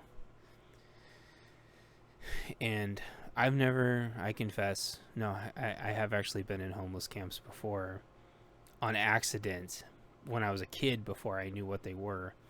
But I've seen tons of videos of them. And I've heard tons of eyewitness stories and from people who live in them, actively, like all day, every day live in them. And it's horrible. And it sounds terrifying. And so that's why they're always walking around with their stuff. It's either because like DOT or the local municipality keeps them out, but it's also because if they don't walk around with their stuff, they're total scavengers, and they'll just steal. They want your jacket, they'll just steal it. And then later on, the person will just be walking around with the jacket, just like it's totally normal. Like it's like they don't own anything. I mean, they believe that they own stuff, but there's no like respect. There's no ownership respect. And the point of all that is that I wanted to have a homeless encounter in this book where you don't know if the homeless are good or bad, or you don't know if they've turned into zombies. You don't know where the book is going yet, and the main character has to go through that. Well, hey, are these guys good or bad, or maybe I can just stay with them for the night, And I wanted to kind of leave that hanging in the air for a minute, where the story really could have just ended right there. And then he stayed with the homeless people, and the homeless people took care of him, and then the end. And everything was fine. And then just the whole rest of the 17 and a half books just never happened because the main character's fine. Because the homeless people, like, don't care if the electricity's out, and they just have fires and stuff in the forest, and the food that they've scavenged or stolen, and very, very expensive tents. Typically in really expensive boots and stuff I've seen them with. Either they steal them or they just get donated. And I kind of wanted that, like, leaving in the air, lingering in the air for a minute, about what if he just, like, hey, like, homeless people, what's going on? But there's always that fear in the back of your mind that they're approaching and they're not stopping and they're not saying anything, and it feels like they're starting to envelop me, and you just get out of there. Fight or flight takes over, and you just get out of there, and you have to push it out of your mind. Like, something horrible could have just happened, and you don't have time to wait and decide and analyze it, and you just go with your gut instinct. And so that's why that homeless part in there, it doesn't make them out to be good or evil, just like another silent, foreboding force of nature. And it's not to dehumanize them, but in a lot of times that's kind of how it is. You get a little too close to them and they start just shambling out like zombies. But it's really, most of the time, it's just to see what's going on. But again, like, they get really, really territorial. They'll throw things at you, they'll yell at you and scream at you and rush you and try to scare you away. And honestly, the best thing to do is to just leave them alone. As long as they don't pursue you or start trying to get into your stuff, it's fine. But, like, they have knives like crazy, and some of them have just multiple knives, and stabbing somebody to them means absolutely nothing. They'll cut right into buildings with their knives and start trying to steal stuff. And you can stand there with a gun and they'll still just run right at you, because, I mean, they've got nothing. And so it's not that they're portrayed as bad people. It's to portray the fear of the unknown. And he's trying to find a building that has power now. And the light's turning off. The lights are still turning off behind him. And I use that kind of as a momentum to really keep him going. But then eventually he gets to a spot to where the lights in front of him are off too, and then he's kind of stuck and realizes, okay, I have to find a place. You know, it's finally that inevitability and his lack of decision making of just finding a spot to hunker down. Realizes that he's got no really perfect spot, and that he's just gonna have to figure something out.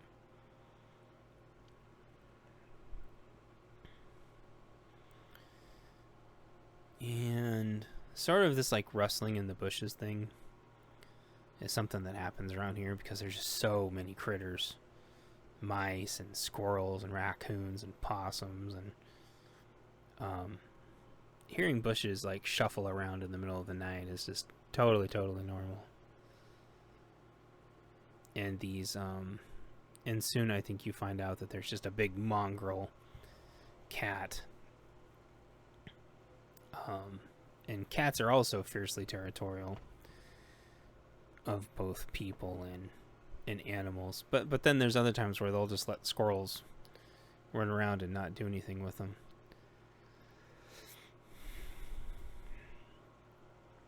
And so I didn't really have a plan of just having tons and tons of cats in the stories. But back when I wrote these, I had 9 cats. And so cats were just this huge part of my life.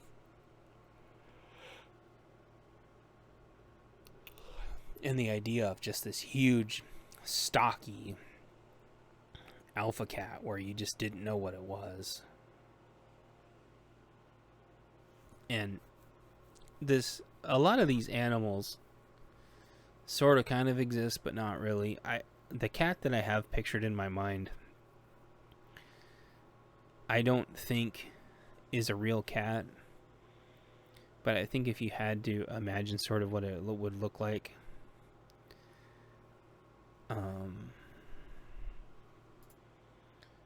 it would kind of look like the Cheshire Cat, but not stoned. Obviously, just a huge, muscly cat with just giant paws, and obviously not like purple and striped. I don't know what colors the cat is supposed to be in this book. The SHTF cat or whatever his name is, I think it is. He's just supposed to be just a huge like mongrel alpha cat. Because a lot of cats, like I said, they won't even attack squirrels. They don't like attacking anything that's even remotely close to their size, unless they feel, again, like the territory thing. But there are big enough cats that'll take down squirrels, rabbits, and even some of the similarly sized, what is that called, marsupials? I can't think of their names. And this is supposed to be one of those cats, just an absolutely massive. It's not like a lynx, but he's like if a house cat got to like the size, almost like the size of a big lynx or a bobcat.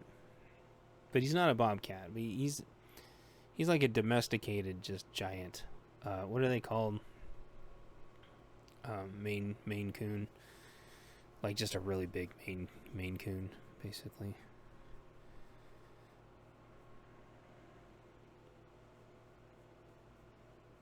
But a heart of gold, like a house cat. But he's been like left out to like his devices for a while, or her, I can't remember. And so the cat's really eager to start its routine again. It's been eating and drinking because there's like a river next to it and it can catch things, but it really likes its routine and checking out the inside of the building. And the main character, since the internet was still up a little bit on Cell, he was able to find the forums and reverse engineer the password. Which back then wasn't unusual. These days that wouldn't be able to happen anymore. People don't do forums anymore. It'd be on some like internal VPN or something. Or not internal VPN, intranet.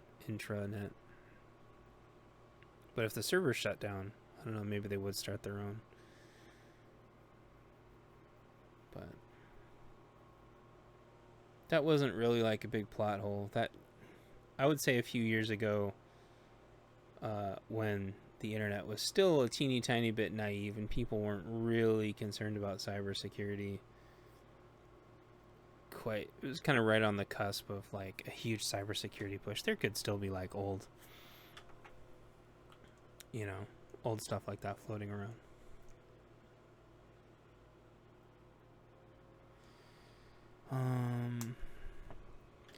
Also, having the password on the unobtainable animal collar is something that my neighbors used to do. Knowing that their dog was so skittish that nobody could catch it, they would put the house key on the dog's collar and leave the dog outside in the back. So if the kids ever got locked out, they know the dog would come to them, but the dog wouldn't come to anybody else. And so one time they put a sign on their front door and said the house key's on the dog's collar.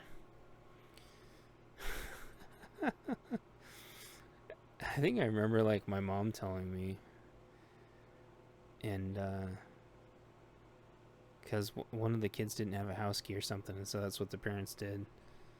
So that's kind of where that idea came from. The punch code to get into the building, which are these electronic locks, but they have independent batteries in them that last a really long time, and it's actually a mechanical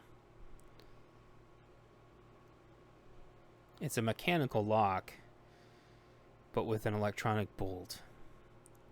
And they're typically 4 digits, but the digits can be, it's a 4 punch, but buttons can be combos, which actually makes a surprising amount of combinations. They're very hard to crack. And so, yeah, you just put it on the cat's collar. And the cat will only ever come up to employees, so something that would work. That's when I decided to just start integrating the cat into the process of how to get into the building.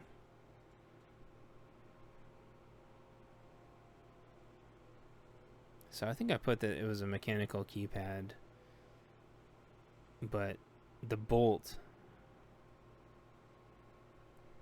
I mean, it doesn't matter, but basically the bolt does require batteries, I think, but the batteries last forever. And also, just because something's in the book doesn't mean that the character's right about it.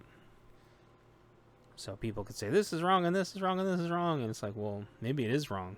But, I mean, there's nothing wrong with it being wrong. It doesn't mean that the author's wrong. It could just mean that the character's wrong. And so I was okay with a lot of things like that, instead of going in and trying to fix every single thing. So I had a big debate in my mind in chapter 9 of what to do about the water, and like, would the water still work? And in the Pacific Northwest, water is not expensive, neither is electricity. So it's not uncommon to leave the water on as long as the building is winterized. That way, if you have to go clean a building or something, or if you're going to do any kind of maintenance, or I can't think of the right word. If you're going to the building for any reason, like the building owners and stuff, they would want the water to work so they could use the bathroom if they had to, or wash up. And you don't want the pipes necessarily to be empty and have pressure problems and who knows what. You don't want the place to flood either. So I just imagine the water being left on.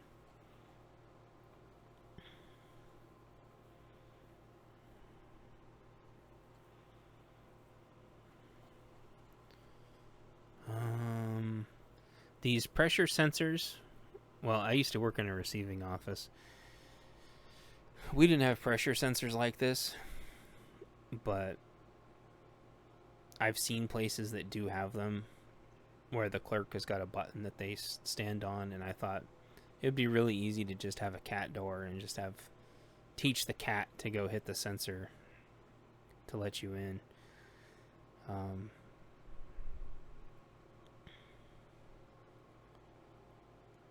There's something else. Oh, I don't get to it yet, but the thing about heaters was a big deal because electric heaters are insanely energy wasteful unless you get some good energy saver ones, and it wasn't uncommon back in the day when the winters would get really cold for people to leave their heaters on all weekend, which was a huge fire hazard, and it wasted tons of electricity. And when you set up a building, the circuits aren't set up for those. And you could have, like, people would have like a microwave, you know, a fax machine, copier, coffee pot, water boiler, fridge, and a freaking heaters and crap all on just one circuit, and it was just horrible. It was a huge fire hazard, and routinely killed in multiple places I worked at. Routinely just killed the breakers. Every time you trip a breaker, the breaker gets weaker and weaker, and oh my gosh, what a headache. So that's where he's going through and looking. He's looking for space heaters because he's freezing. And at least I have the pressure sensor on a battery, but the reality is that the the keypad would have used a 9-volt also for the bolt. Otherwise, the bolt wouldn't reset by itself. I don't worry about that, though. I don't think I'm going to go and update these books anymore. Although, saying that, this Kevlar right here, I actually need to change Kevlar to, I think, Aramid. Kevlar is a branded name. I tried really hard to not use branded names. And so later on in book, I don't know, 16 maybe, I stopped using Kevlar, and I think I started using Aramid instead, which I think is the manufacturing process for Kevlar. I can't remember. But Kevlar is like Velcro, and I think at some point I stopped using Velcro also, because Velcro is another branded name. Kind of like how I try not to use Band-Aid, I use Bandage, or make a Xerox of something, make a copy, or Google something instead of just doing a web search. So I'll come back here and change Kevlar out. I haven't made books 1 through 8 print yet, and I'm almost at the end of 6 and 7 and 8, probably in a few days. I'll be turning these back into a print copy. This is also a good time, so note to self to change Kevlar to Aramid, but I need to double check my encyclopedia to make sure that's what it's supposed to be.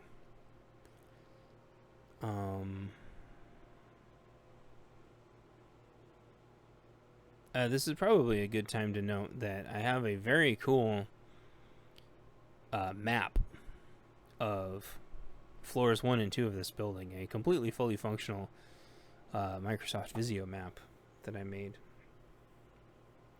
as some bonus content, and because I was so inspired. When I very first printed these, though, the size was too small, and I didn't like having them in there, and the Kindle version, the size was also too small. But when I print these books massive, and they're almost like school book sized. What are those called? The school workbooks or whatever they're called. So having the maps in it turns out super cool. I wanted to do a thing where I printed them out separately so they were fully like 8.5 by 11. But screw that. That would be way too much work. It would be awesome, but I wanted to have a thing where like I have a bunch of like printed out stuff like put into certain spaces, but I didn't do that. But book 1 and 2 both have maps. However, book 2 is a hand-drawn map. Except I did it in a GIMP. Book 3 has a hand-drawn map of the building. And it is actually hand-drawn. Book 3, 4. Book 4 has a full Visio of all 4 floors of the ship, which is insane. I don't think anyone's ever... Now, maybe that did go into my first edition of the printed book. I don't know. Then what's book 5? Book 5 doesn't have anything like that. And 6, 7, and 8 don't have anything like that. But books 1 through 4, I did printouts to all of them. Or I did maps to all of them. Because I thought it was really fun and it added some legitimacy. I don't know. That was very cool though. Whenever I get inspired, I like to do something. And it's usually when some of my best work comes out. So this is when his gear kind of starts to meet its limitations. His flashlight is one of these old,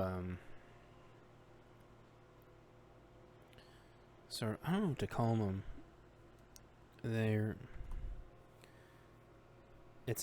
I call it soft light instead of hard light.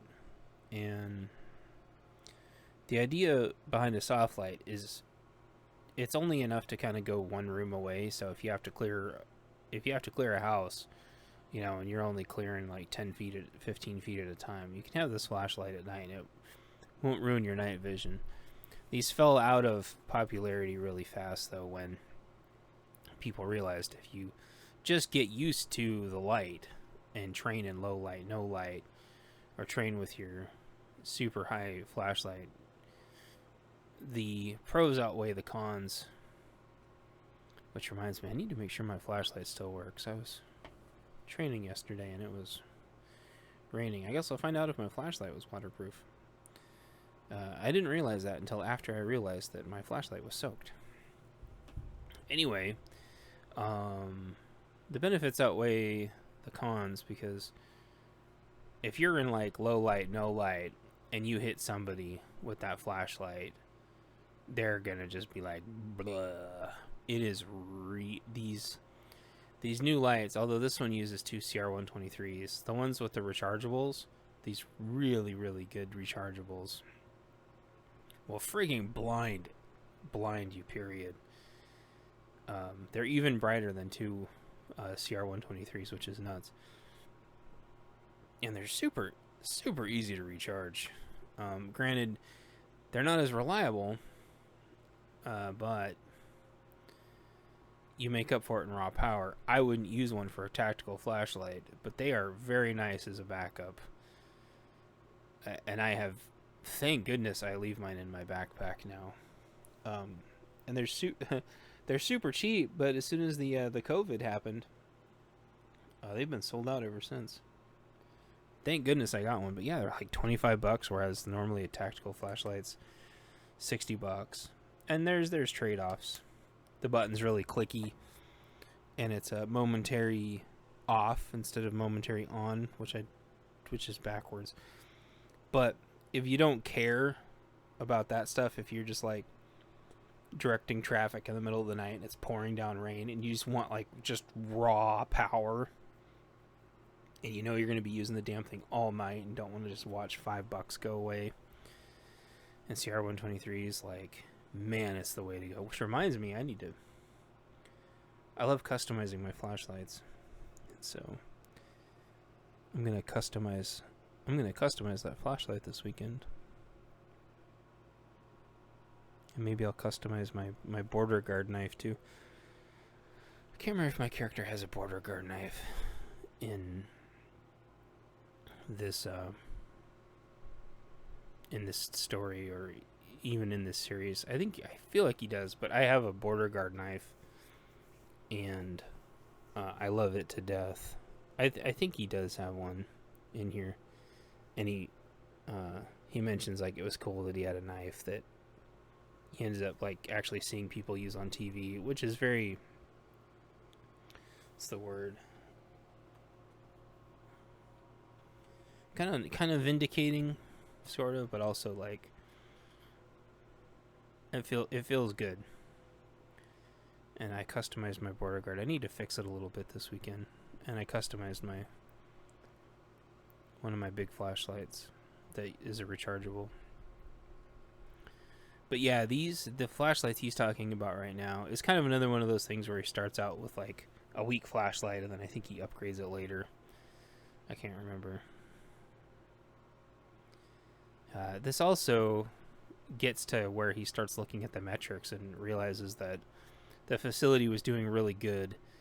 The point of this was to show that back then, when China was buying everything out, you could have a really, really, really successful business, and they could still buy it out and shut it down. Likewise, recycling in general was having huge problems maybe 4 or 5 years ago, where there was a commercial recycling theft ring going on, where they were loading they were straight up stealing. No, I'm not talking about cans. All the recycling. They were stealing all of everybody's recycling. Back when recycling was worth a ton of money. It's gone way down now because China doesn't want a lot of it anymore. Can't remember why. But back, was it 5? No, it was more than that. 10 years ago? 11? 12 years ago? I can't remember. Recycling theft was through the roof, and the cops were like legit like busting people with just trucks full of people's recycling, from just dumping their entire recycle bins in the back of pickup trucks and leaving. And that still creates a lot of contention to this day, because people want their cans to go to the recycling facility. People don't want their cans going to homeless people. But and it's technically illegal to do that. If a can is in a recycling bin, it belongs to the recycling company. But a lot of lefty-loos believe, no, it's on the side of the road, it's fair game to anybody. And that's really not the case. All the local garbage and recycling companies have said, like, no, this is ours.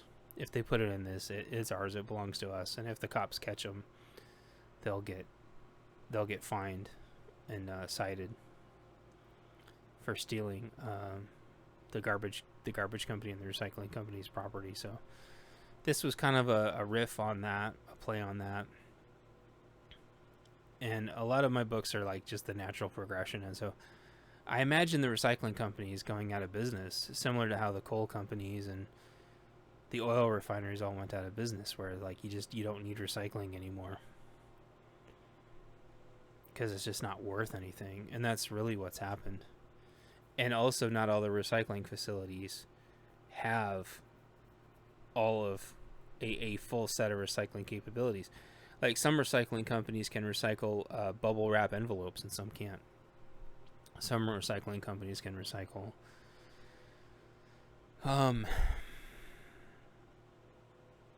plastic shopping bags and some can't. And so I tried to imagine what like a super, super, super recycling center would be like. And this one's really like at the top of its game. And did everything right and could recycle everything. And everyone got along, and they had all their documentation, and they had really good whistleblower policies and HR policies, and they did everything right, and they had high morale, and they had a good community. And I think they talk about like how they play soccer in here, had like soccer teams and stuff. And they had just a lot of pride in their job, and it didn't matter. None of it mattered.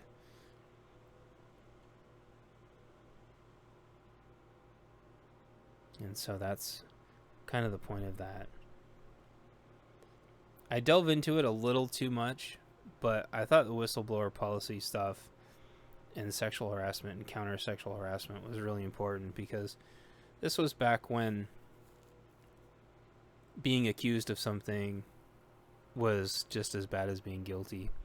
And I still see that on Twitter a lot now. They say T-Man was accused of this, and they use it in a laundry list of things. And it was the same thing with Kavanaugh. He was accused of this.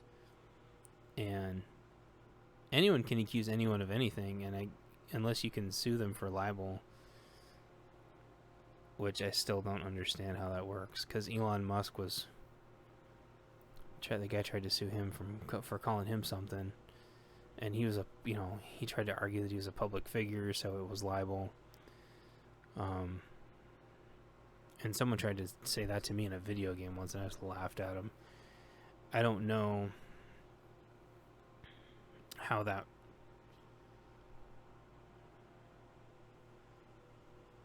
you can accuse somebody of something, and just being accused of something which takes no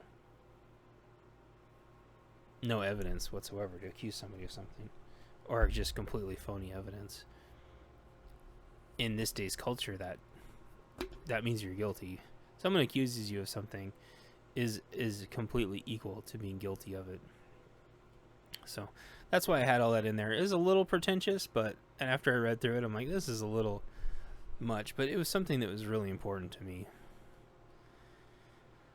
And this is another thing that's really important to me, the whole Colosseums, while their cultures got destroyed around them. I've been talking about that for ages. That's what the Romans did. Also, ironically, I kept going back and forth with how to spell Colosseums. I've seen it spelled both ways, and I'm still not 100% sure how to spell it. It's one of those words that exists when you search for it, but the dictionaries and stuff aren't very clear on how the words are supposed to be spelled, and like what the plurals are. And it's also funny, this was before, because of the COVID, the NBA and the NFL got canceled after sucking up to China. And then when they came back, everybody's cardboard cutouts. And the kneeling thing, and everyone said, well, if you had listened to Kaepernick, we would be burning your cities down right now. And they kneeled, and then TV wouldn't show the stands, and the stands were empty because nobody would go. Well, now they're still kneeling and crap, and nobody can go anyway because of the virus. So, kind of funny how that's come full circle.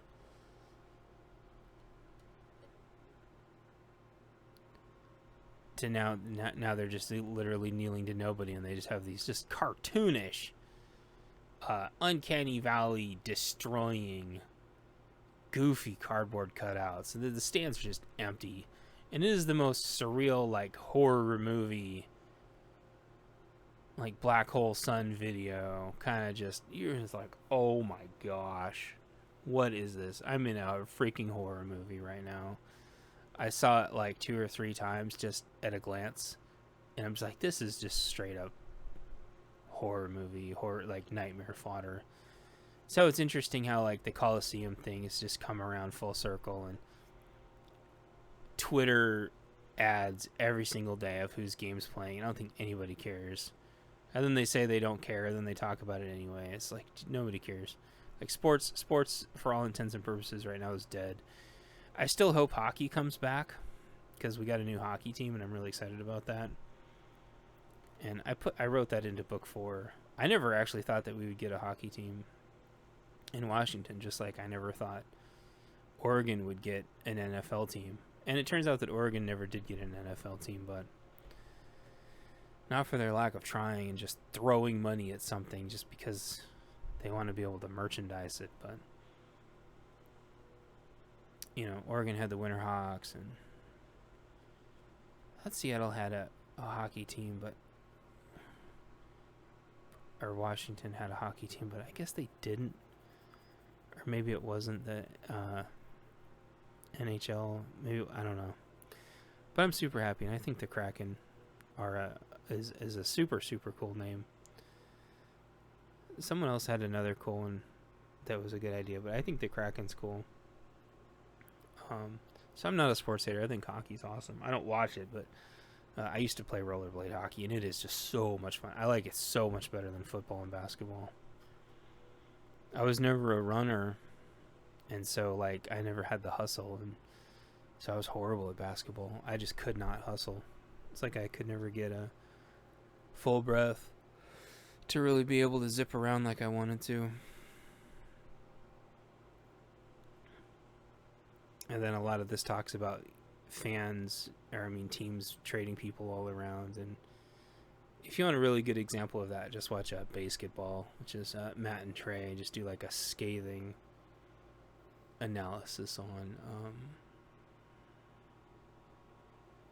sports. I couldn't do it justice, but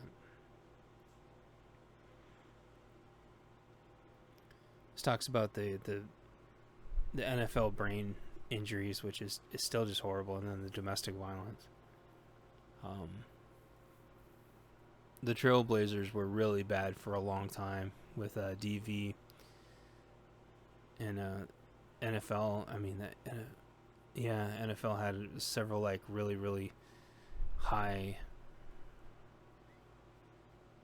profile DVs, and you just have a bunch of uneducated people with millions of dollars, and that's what's going to happen. You just attract trash.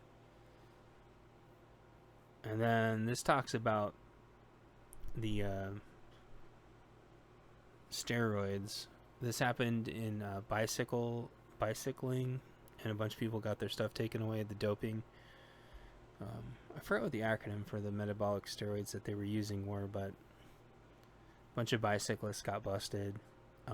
Tons and tons of baseball players got busted. Russia got banned for ages because of it. It's insane. And then this doesn't even get into the a lot of the misconduct that happened. There was a doctor. This was too horrible to go into the book, but there was a doctor that had been the physician for the was it girls gymnastics in the Olympics, and he ended up being a massive pedo, and they caught him. It was hundreds of girls, and I think that got swept under. I didn't put that in here. That was just it sort of fit, but it sort of didn't fit. Suffice it to say, I have a lot of issues with sports.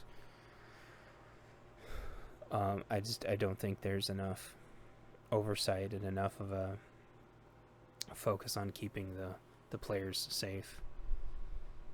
I also don't think I put it in here, but maybe having football players with leather helmets was a little bit better because they didn't crash into each other as much. Maybe there's less head injuries. I'm not 100% sure about that, but I always wondered about that. This next part talks about how people never shut up about sports.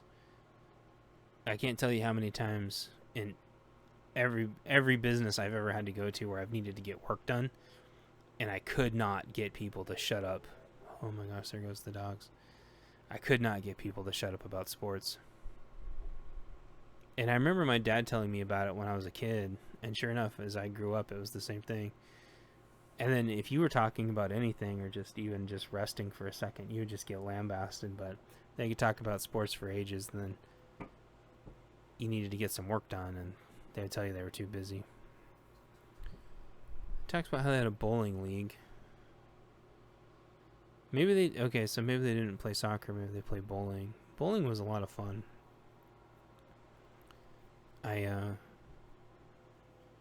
We used to go bowling for fun in school. But one of the last jobs I had, we actually went bowling just before the manager let me go. And it was a really good memory because the bowling alley actually got closed down. The whole place got just insanely gentrified. Insanely gentrified. And I think they raised the prices so much, the bowling alley couldn't stay in business. And then sure enough, they replaced it with condos.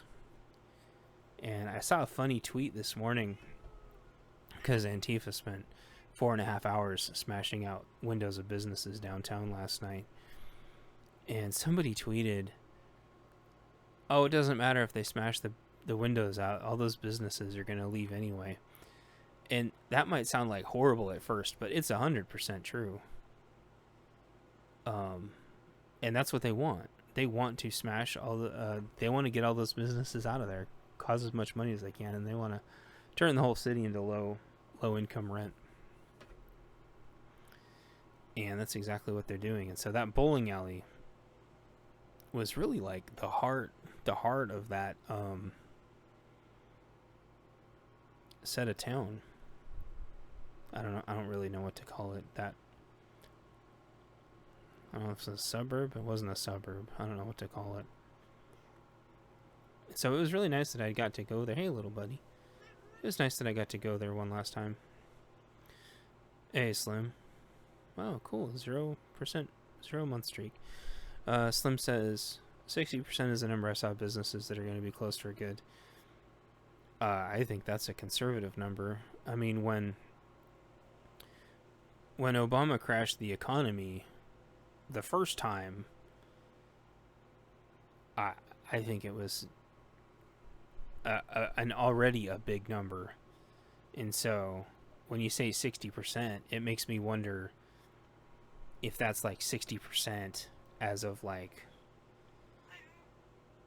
that's probably 60% like this year.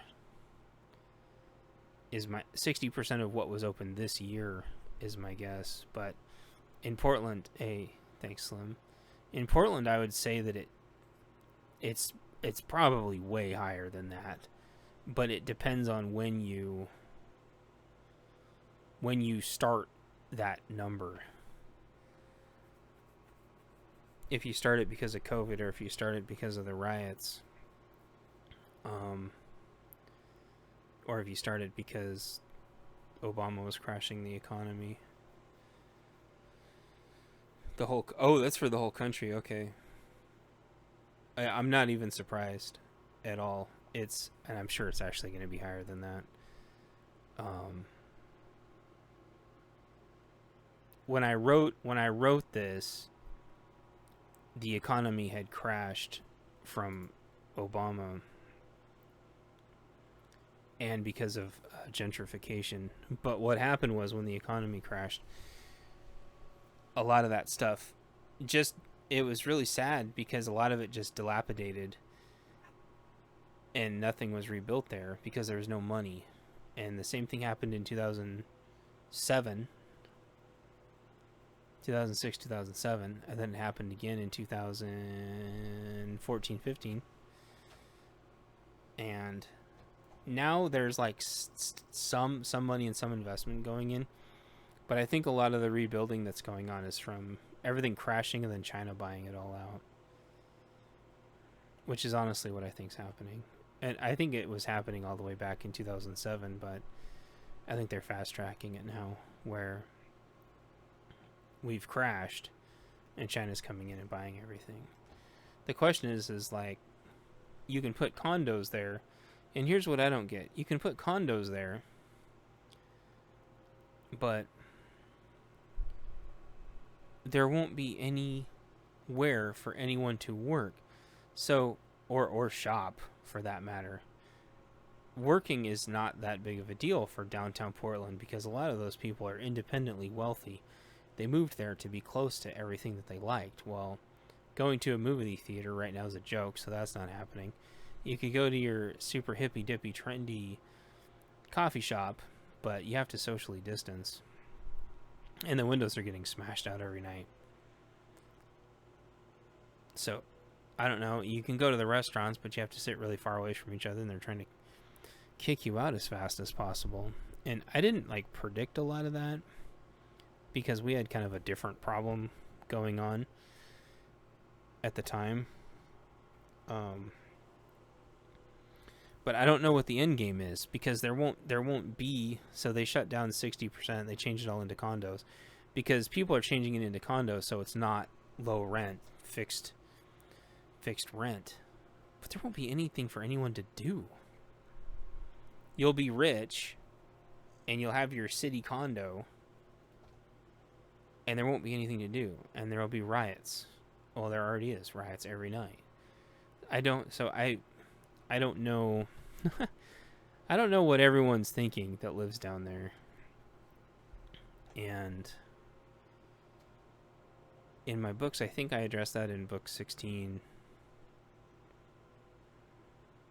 where they won't even have time to think about it. It'll just be a purge, and it won't even matter.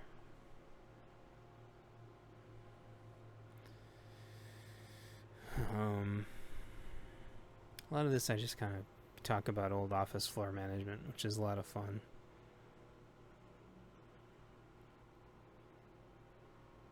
I don't know if I make the joke here, but talking about how when you put your safety vest on, it would mean people would try to hit you even more because they could see you.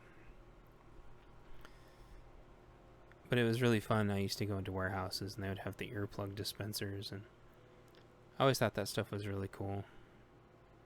I don't talk about the union stuff in here because I think that this like fictional recycling center doesn't have a union, but I used to go into facilities and the union people would be really, really hostile, and I didn't like it. So I tried to have a place where everybody was on the same side.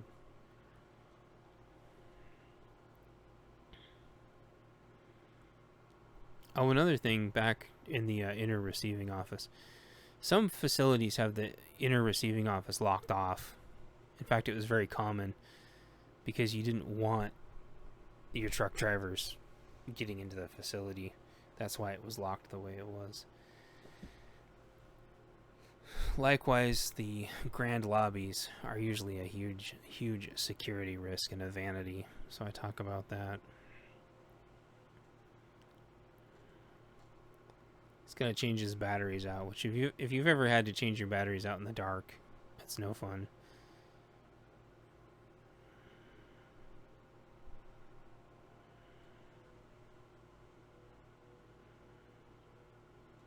Go in a lot of detail about like trying to conserve battery versus trying to what you can use with data and without data. A lot of people, they'll try to send a photo when the cell phone towers are going down. You can't do it.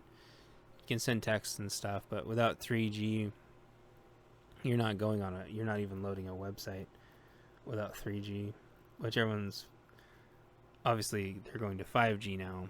3G was okay, 4G was really good. I don't think people needed video conferencing, so I think going to 5G is stupid. But as long as you can get even 1 bar of 3G, you can still do pretty much anything you want on your phone that requires data. But as soon as the towers start to go down, the first thing that goes is 3G and 4G, and you can text. That's about it. Even phone calls is your calls will just get dropped. And that doesn't even go into like, what is it called, 20 hertz or whatever it is, the new emergency phones that they've got. I think I tackle that in a later book, but there's phones that use a different frequency that have a spot reserved on the towers for them, and they're the only people that can make phone calls or send any data or anything during outages. I almost got one, and then I realized I didn't want to stick that close to emergency first responder stuff. There's a lot of politics, and I don't agree with a lot of it.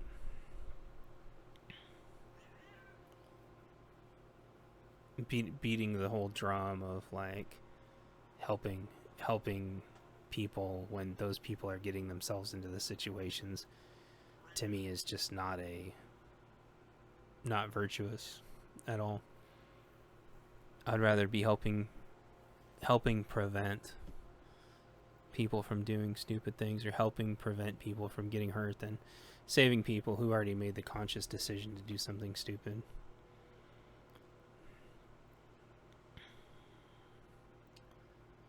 Dun, dun, dun, dun, dun.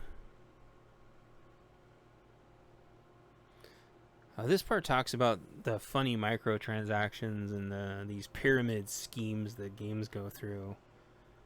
I finally picked up another mobile game, the first mobile game I've played in like 5 years. And not 5 years. 2.5 years. And it's funny that it uses exactly the same architecture. It uses the exact same framework, even down to which days things release, and I think it's hilarious. Mobile games have a very, very, very, very fine-tuned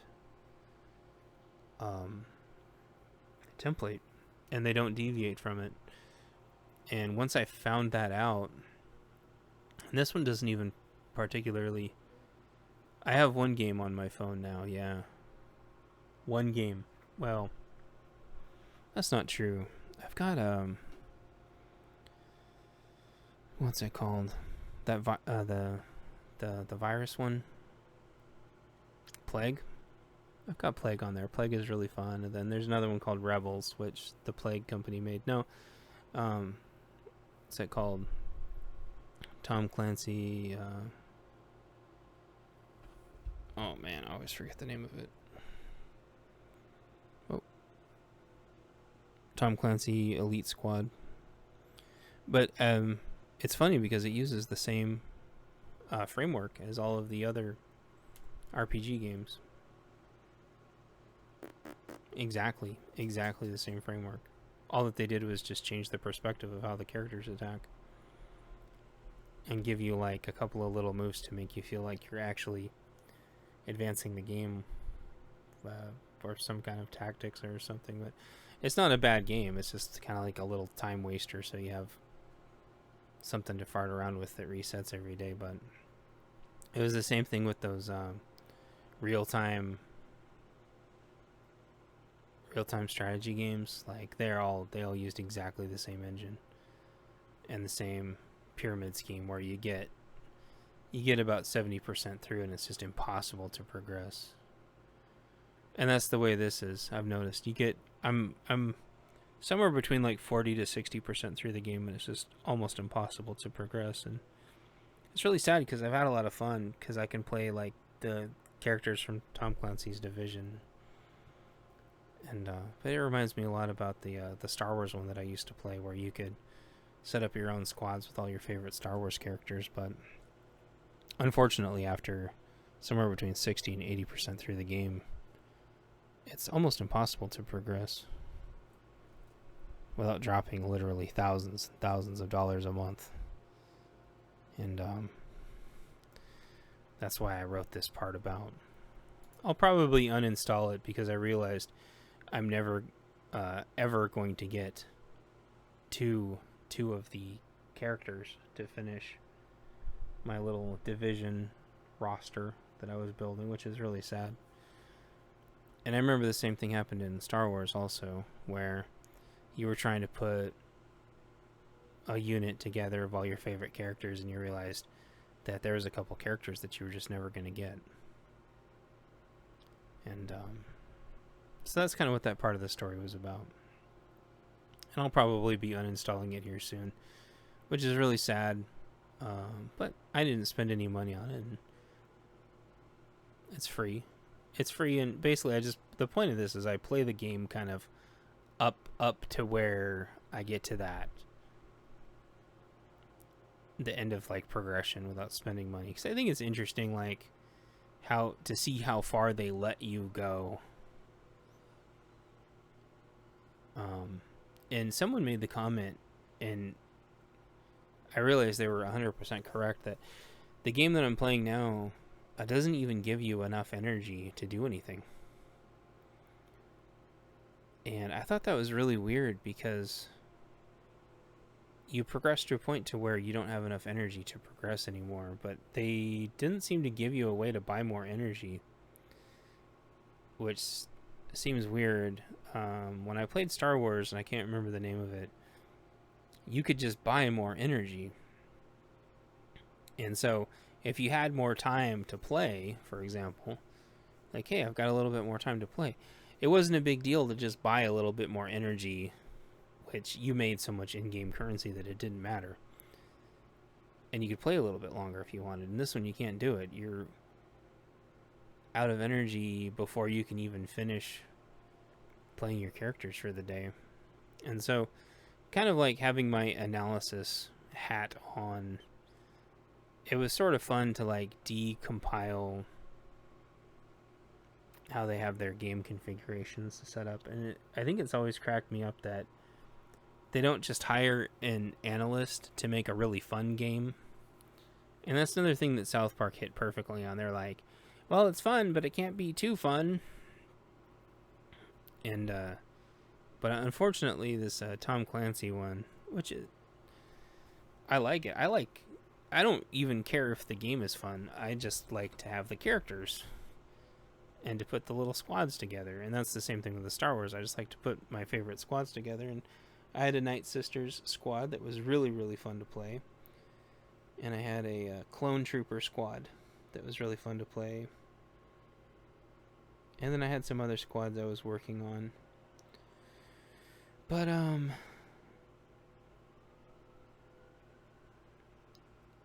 it just sort of, in this one, they don't even give you enough energy to kind of work on all your guys for the day.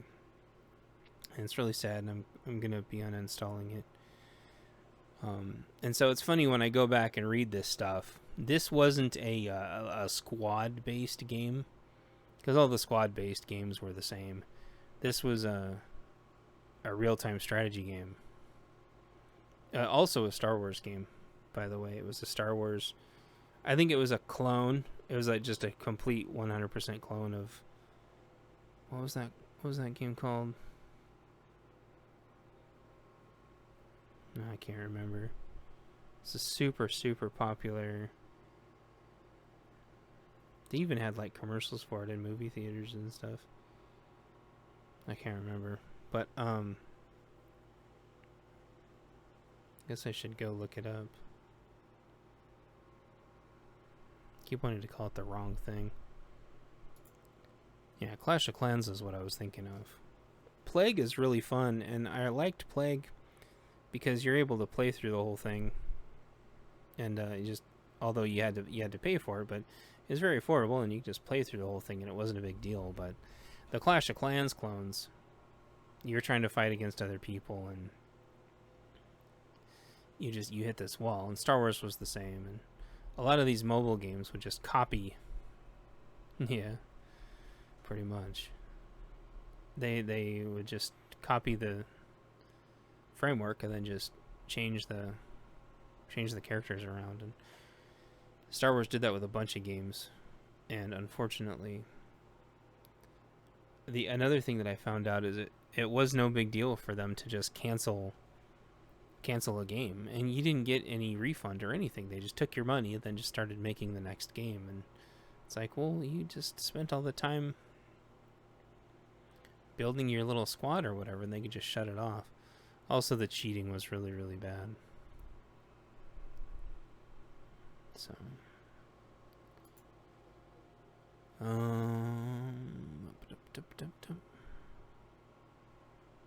talks about the flashlight. Oh, that reminds me, I'm going to customize my flashlight and customize my border guard knife today.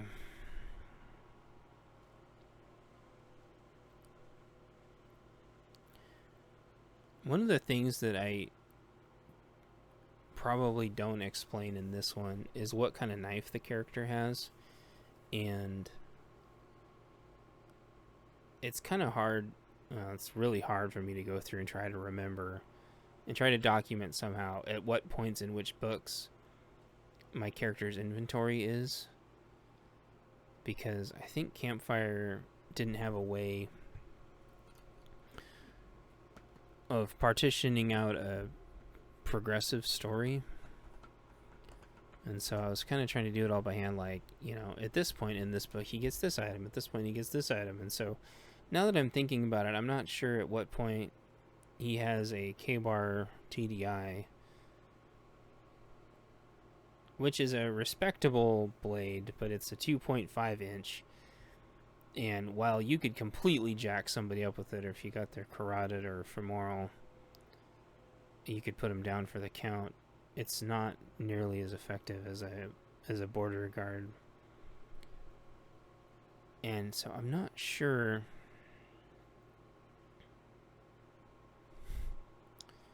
at what points in this, and one of my other books too, at what points he has his border guard and what points he has his TDI.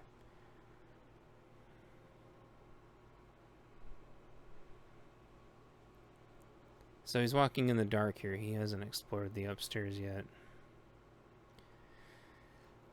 So it was an interesting thing where I tried to figure out how the heck he was going to see in pitch darkness, because the moon's covered in clouds, if there's a moon at all, and if you're in complete and total darkness, even a tiny bit of light just goes for miles.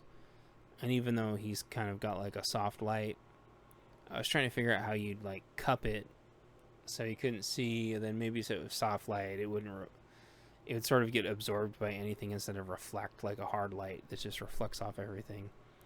So I was hoping if he cupped it and then kept it below the windowsill, he would still be able to scoot around a little bit.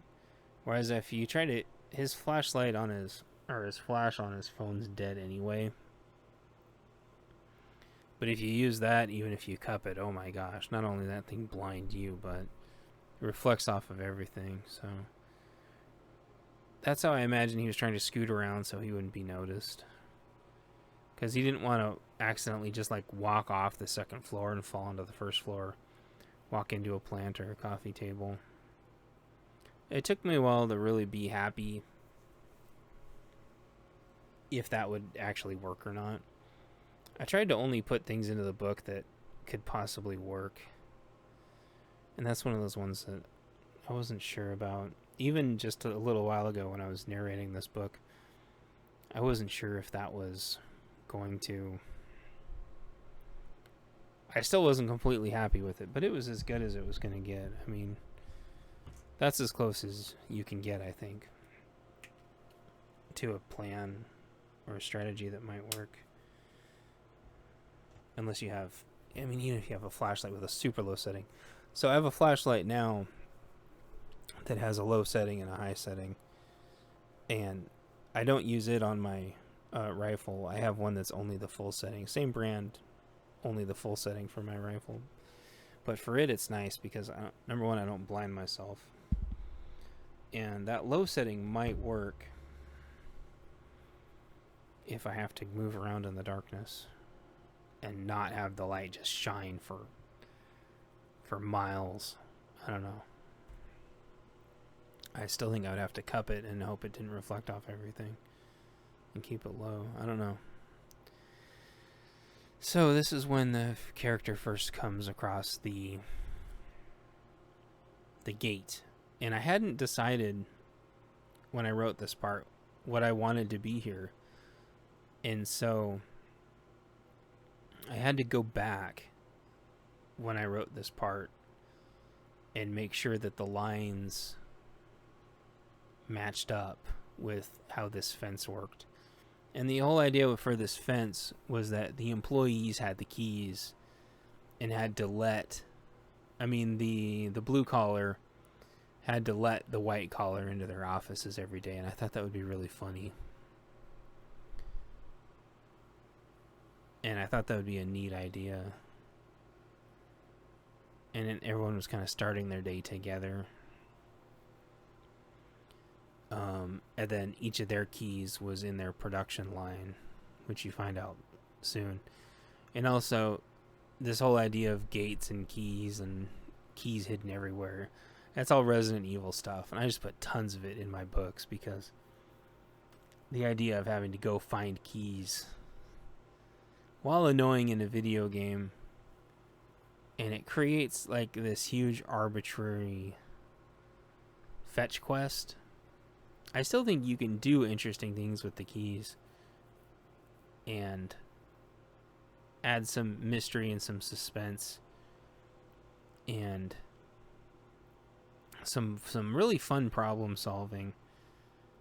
And so I was like, you know what? Screw it. I'm like, it's going to take me extra time to write it all. But I didn't want this book to be over. I still felt, even in the beginning, I still felt like, no, this has some longevity. I can keep going. It's okay to keep going.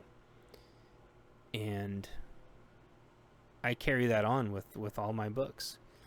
I just let the book breathe.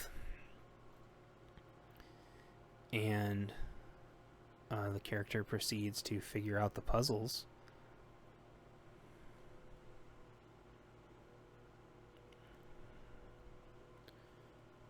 I can't remember how long it took me to come up with the puzzle idea, but I remembered, like, he had the plastic in the beginning, and he had, the cardboard from the cat was playing with the plastic.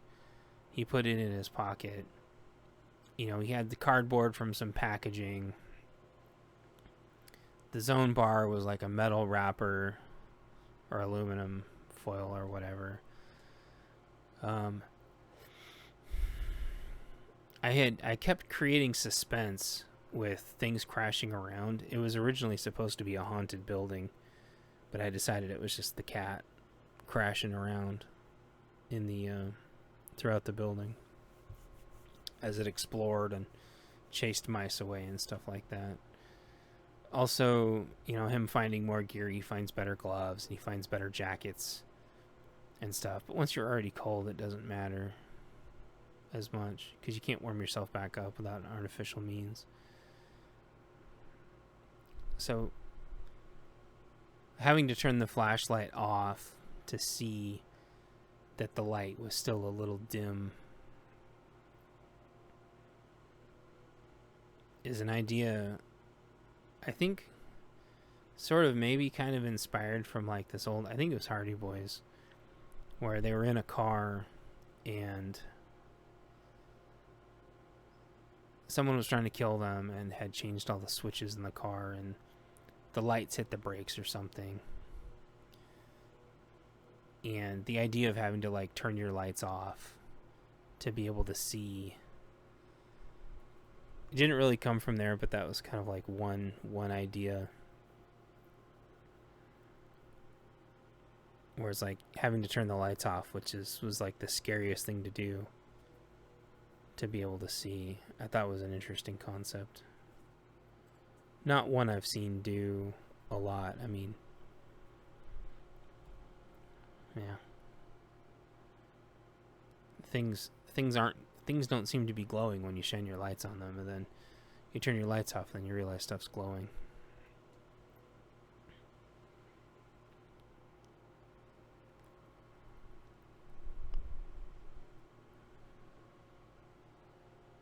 And he's like, well, maybe you have to put recycling in this stuff to turn it on. Because you realize there was still power going to them, and realized that there must have been batteries where they were generating their own power from recycling.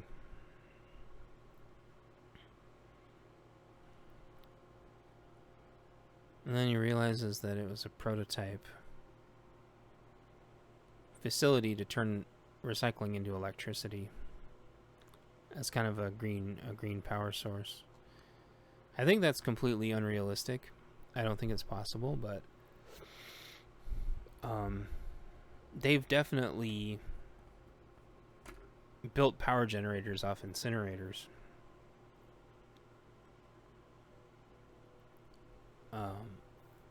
And so I have no doubt that they could find some kind of reaction to turn the breakdown of recycling into energy somehow. Especially if it's like battery recycling, which this has battery recycling in it. If there was a way to drain the batteries and then turn the energy from those batteries and transfer them into another battery, a bigger battery. I don't dive into that, but there's some things like that where I'm sure it's possible. And some of it's like sci-fi, so I wasn't worried about it too much. He finds his propane tank. No. He finds his heater. These are really cool. They're propane heaters with knockover sensors and ceramic. They heat the ceramic up, and they're actually really, really efficient. And they have multiple sensors. They won't burn anything if they get knocked over, and they won't kill you with carbon monoxide poisoning. It'll sense it and shut off. People kill themselves with barbecues all the time trying to do that. It doesn't work, but what he has to do is he still has to find a propane tank. He finds a propane tank in non-conforming materials. Anyone who's worked in manufacturing knows what that is. And what I thought is, like, wouldn't it be funny if people put in propane tanks, and you can't recycle those because it'd be horrible. You'd cause a pretty nasty explosion. Hey, squirt bottle. You know my mind's got a grand design. He's naturally afraid of glass. Glass is obviously extremely sharp. I don't approach that later on in any of the books, that he's afraid of getting cut, but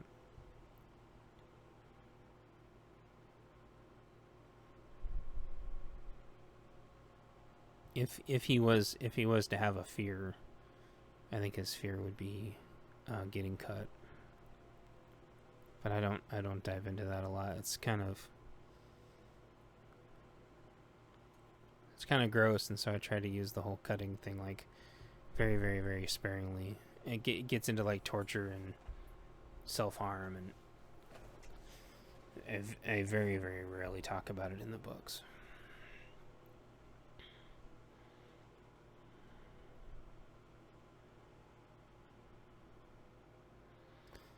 His flashlight has a laser on it, because what they would do with these soft lights is they would put lasers on them too, so if you attached them to a firearm, you could use either the flashlight or the laser and alternate.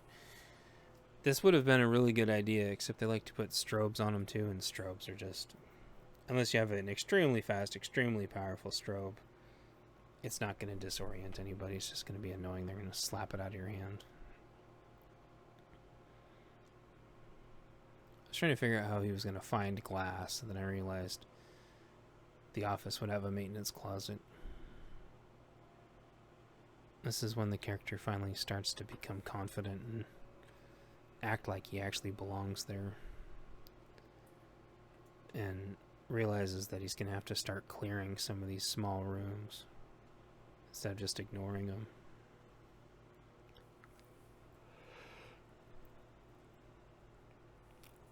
Realized there could actually be people in the facility somehow, even if it was a very small chance.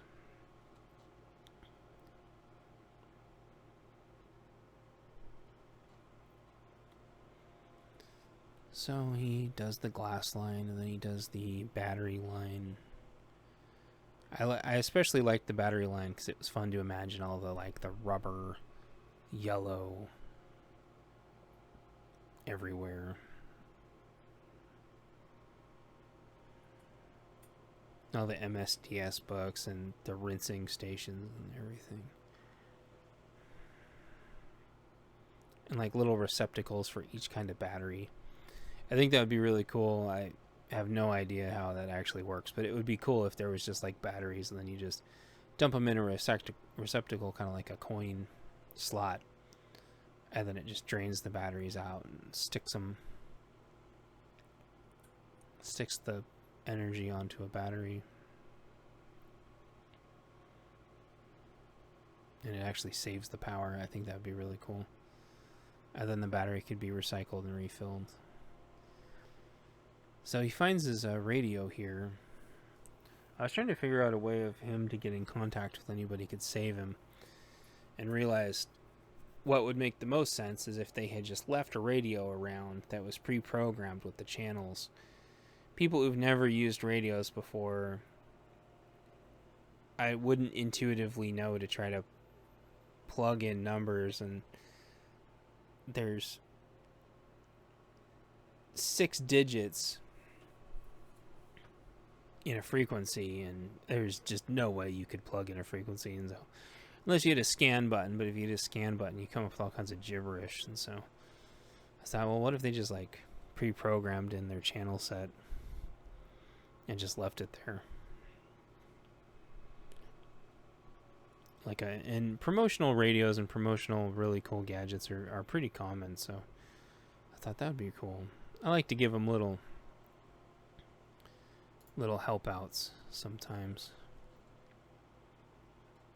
And also another funny thing is just like wondering how much longer night is going to last. That's really how it is in the Pacific Northwest in the winter. Just wondering how long night's going to last. And he opens it up, and that little like detour surprisingly took a long time to write, because I sort of just wanted the book to be over. But like I said, it had so much longevity that I had no problem just like letting it run its course. It burned me out a little bit. It took a really long time, and of course, and what that means is I think it took me a couple hours to write it. But it was a little bit exhausting. That's when I realized once I treaded through an area one time, I could just skip writing about that area again. And I remember that being a really big relief. That way I could just kind of zip to the new area, start talking about the new area. And he realizes that this new area would be really secure, but he's still really cold. So if you've never been into an office building after the heat's been turned off for a couple days, like coming back from Christmas break, office facilities can get really cold. You'd think they'd be insulated and stuff, but they really hit like 50 degrees or colder, like no problem. You have to have the heat on for several days non-stop to heat a building up enough to where anybody can get any reasonable amount of work done in it. So he's trying to figure out a way to stay warm.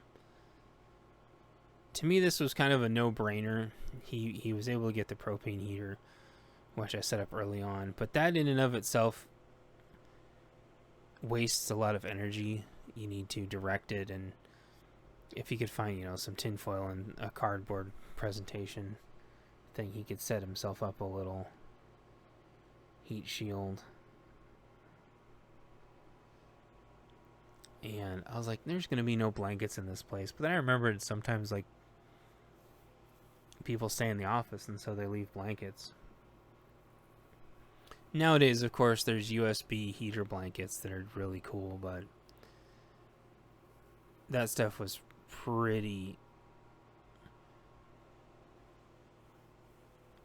that stuff was still a ways off when I wrote these books, and so I thought about just like really nice wool blankets. And when I read through this, it didn't really have the punch that I thought it would.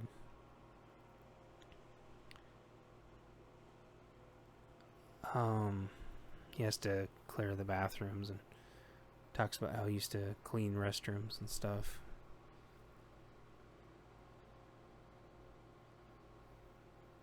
I used to work at a place where the women's restroom was always plugged up, and I was the only one that would go clean it.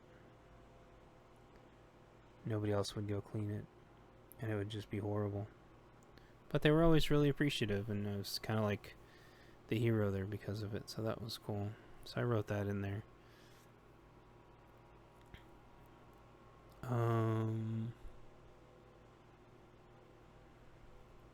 There's always like that one jacket that's left behind and it doesn't fit anybody, and so he jams the jacket in the door jamb so he can leave the heater just a little bit outside, so the carbon monoxide floats up in there instead of in the office that he's going to stay in.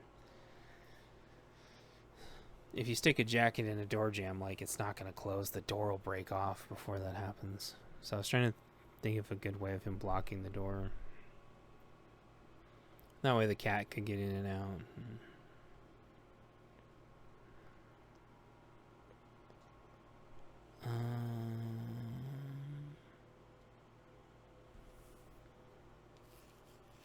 Getting these started after a while. No, getting these started after they've been off for a while is actually not this easy.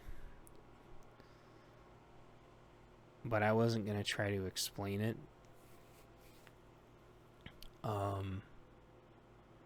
Everything kind of doesn't get corroded. It just kind of gets crud on the starter. And you really kind of got to, like, turn it on and off a few times to really kind of get the crud off the starter. And then with natural gas, or not natural gas, with propane, you kind of can't see it. Unless it, like, really does a whoomp, which it usually won't unless it's, like, burning crud off. And plus, it doesn't get the ceramic on fire right away, which it really needs to do to warm everything up. So you'll kind of smell the propane, but it's not going to explode in your face. It's a whole deal. It would have been hard to explain here. But unless you've owned one of these, it's really weird. It's kind of like starting a Coleman lantern, or like a Coleman stove, like a camping stove. It's kind of like that, but a little different, where, like, it doesn't look like it's on, but it's actually because you can't see the flame, because it's a very, very clean flame.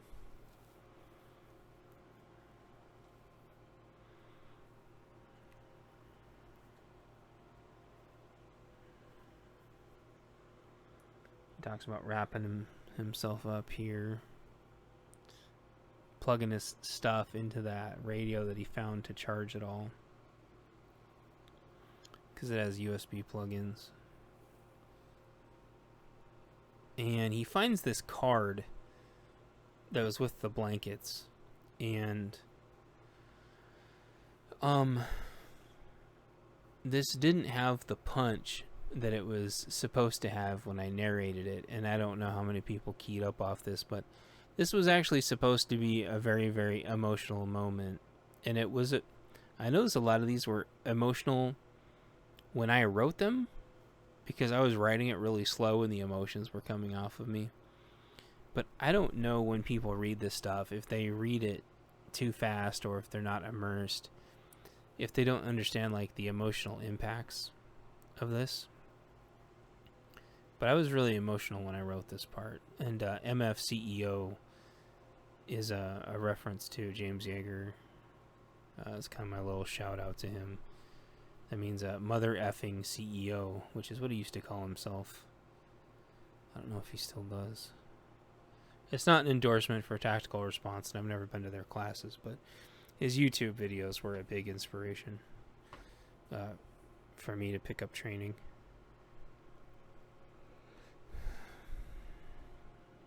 Of course, we've all been there where we wake up with a cat next to us. And you put two and two together that SHTF was the cat's name. He's been feeding it reconstituted jerky. That's kind of a running thing in the books of what to feed the cats. You just put jerky in water, and it gets soft enough for them to chew on it. The salt's not good for them, but as long as you don't do it too much. Otherwise, what will happen is they'll just be chasing you all day long if you don't give them any. You don't want to give them dried jerky, though. They're not like dogs where they'll just swallow it. Cats need it to be a little bit wetter and so they can chew it and tear pieces off, and otherwise they'll chew it and spit it back out. Dogs will do the same thing. So this is kind of the end here, and this is the part. I think I wrote this book in just a couple days, but this last part was really, really hard because I needed it to be earned, and this is the first of many, many times I run into this issue. And book 17 is the most recent one, where a part of the story feels like it's not earned until I write it over and over and over and over and over again. And this is the telltale, like, a bunch of different far left groups coming together and for, 3 different things and deciding to attack a place for 3 different reasons. He's able to use the radio on the pre-programmed channels, but he doesn't know how to use it yet.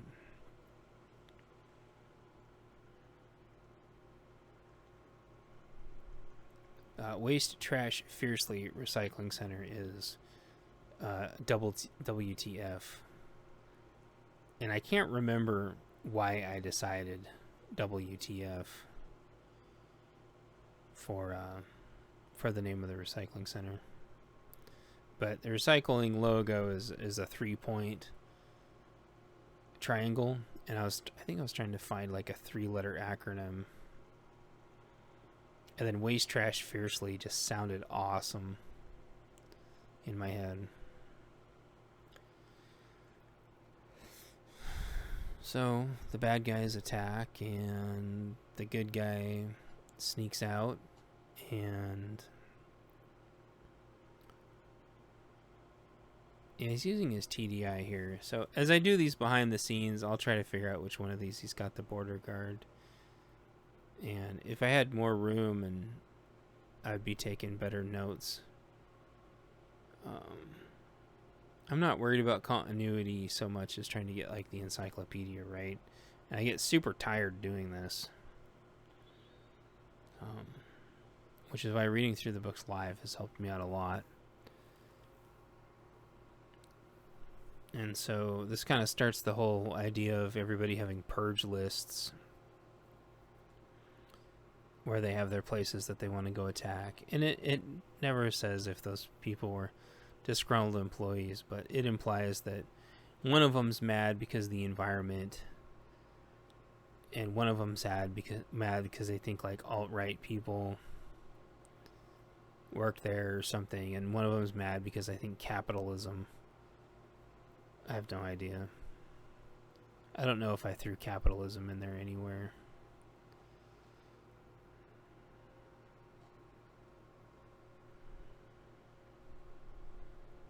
I probably should have, though. I was just kind of throwing the whole gamut in there, trying to like justify it as much as I could.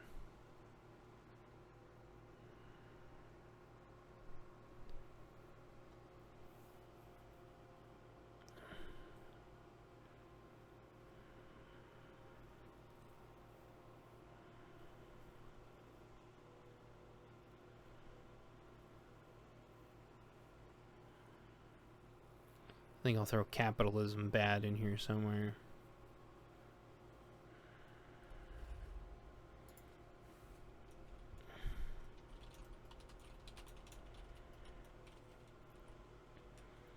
A lot of the times when I'm writing these things, it's hard for me to think back of all the different rants, but they don't like capitalism because they don't want to have to work. They want everything given to them, and capitalism won't do that. It rewards people working.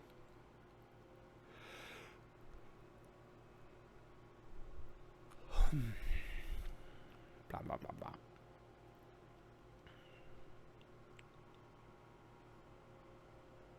This is another like part where I didn't need to retread, so he goes downstairs, he just goes down the stairs. It's kind of a little writing shortcut. I had to try to figure out a way for him to actually initiate an attack to where they wouldn't be able to just be completely prepared for him. And the sun rising, sort of like a whole like Lord of the Rings thing, like, but the sun would rise and like reflect off the building or whatever and blind him, I think. I don't know. I think they would be also like shining their headlights in, and the headlights would be reflecting off the glass. And also like how like moving the doors would cause reflections as the door like opens and closes. Yeah, I have to remember, I think like that would be a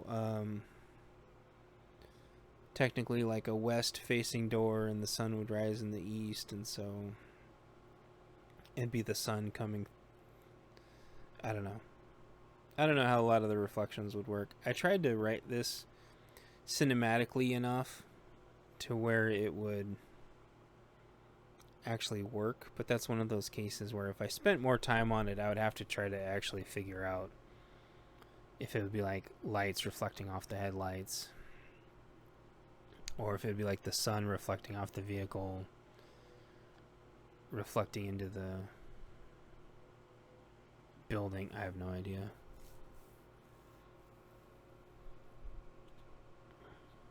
But if you move slowly directly towards somebody, they're not gonna notice. It's only if you move side to side. People are really bad at picking up motion forward and backwards.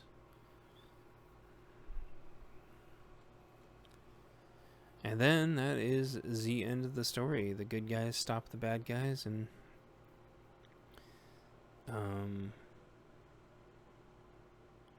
these epilogues. No, not the epilogues. I sort of ran into a thing where like I'd write an epilogue and it would end up being like another chapter, and so I'd make that a chapter, then make the epilogue. The final chapter is usually like a summary of where the story ends up. It's like a wrap up, jamming all the last little things, sort of like in end of the movie cutscenes, like a montage, or the end of the video game cutscenes that are montages. And these epilogues actually kind of started out as the real epilogue once I organized my final thoughts back into just the last chapter. The epilogue became a bridge for the books, since there's huge time jumps. And one of my best feedbacks is that I got was that these bridges actually successfully worked to bridge the time jumps, and that was a huge confidence builder for me. That was one of the absolute biggest pieces of feedback that I needed. And the person just said, hey, it works, the transitions worked. And I'm like, that's perfect. So when I narrated them, and only the first 8 books I think have those, because the first 8 books are a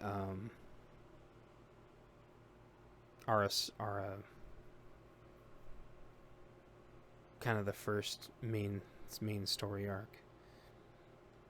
I forgot what I was going to say. So yeah, books 1 through 8 will more or less close this character's story arc, the main character's story arc, out. Even though book number 6 is kind of a deviation. Book 6 is kind of like a teaser to how the rest of the books are written.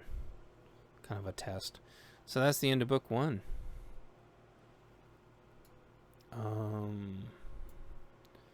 Talk a little bit more about the cover art. This is the cover art for book 1. I did the cover art for the first 8 books myself because they needed to be perfect. And then to kind of separate out where I was at in my life and the differences between all the books, 9 through 14 don't have any cover art at all. 15, 16, 17, and 18 are all a very different style of books, even though they're in the same universe. Each of them have a I can't think of the right word. Royalty free, that was the word I was looking for. 15, 16, 17, 18 are all, I used royalty free for the cover art. And that's really because those books were like really long form, very different kinds of more maybe traditional novels instead of short stories. And I wanted to have really, really nice art for them. And I couldn't. It starts with book 2, really pretty much right off the bat, where I couldn't find cover art that I wanted. And I couldn't even for the first one, like I wanted the logo, and it kind of sucks, and this is my fault for not just naming the first book Recycling Center or Waste Trash Fiercely Recycling Center. I should have named the book one of those things, but it's called Recycled because it's being able to kind of take something old and making it new again, being able to save the facility in the darkness. And what that image is supposed to be is like the light around like the recycling building and just the darkness around the recycling building is what that's supposed to be. I don't know if it comes off, but I really liked it, and it stuck. And it's back when I used to do a lot of graphic design, and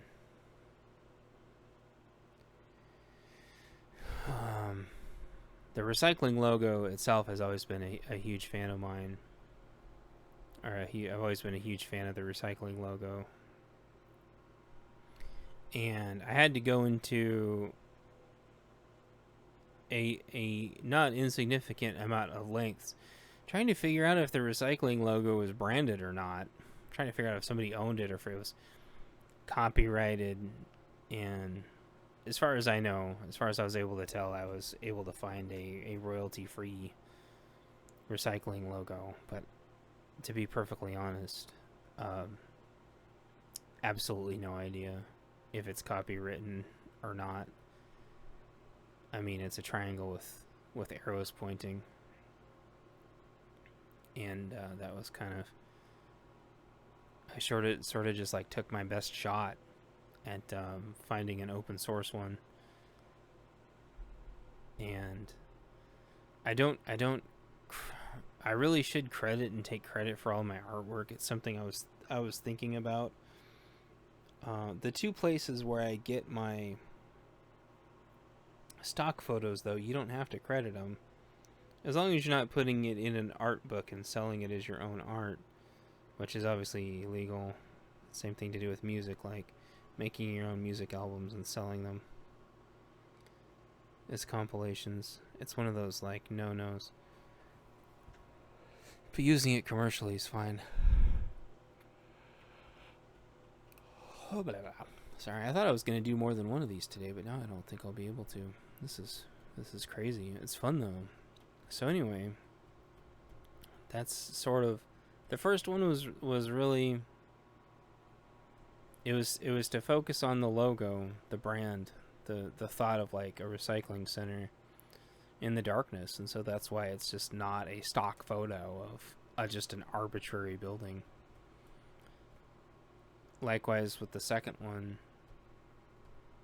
which I'll get into later. I guess I'll save that story for the next one. So it took me longer to do the behind the scenes than it did to read through the whole book, I think. But in a way, this is good because now this is more, content and airtime than just people burning through my books. So I hope you enjoyed this and give it a like and a thumbs up and a subscribe and tell your friends. And thanks for listening to the behind the scenes of book number 1, PNW Affliction. And look forward to the next one. If I get good feedback on this one, I look forward to the next one. Bye bye. I feel like there's something else I'm supposed to say, but I can't think of anything. So I will see you all later.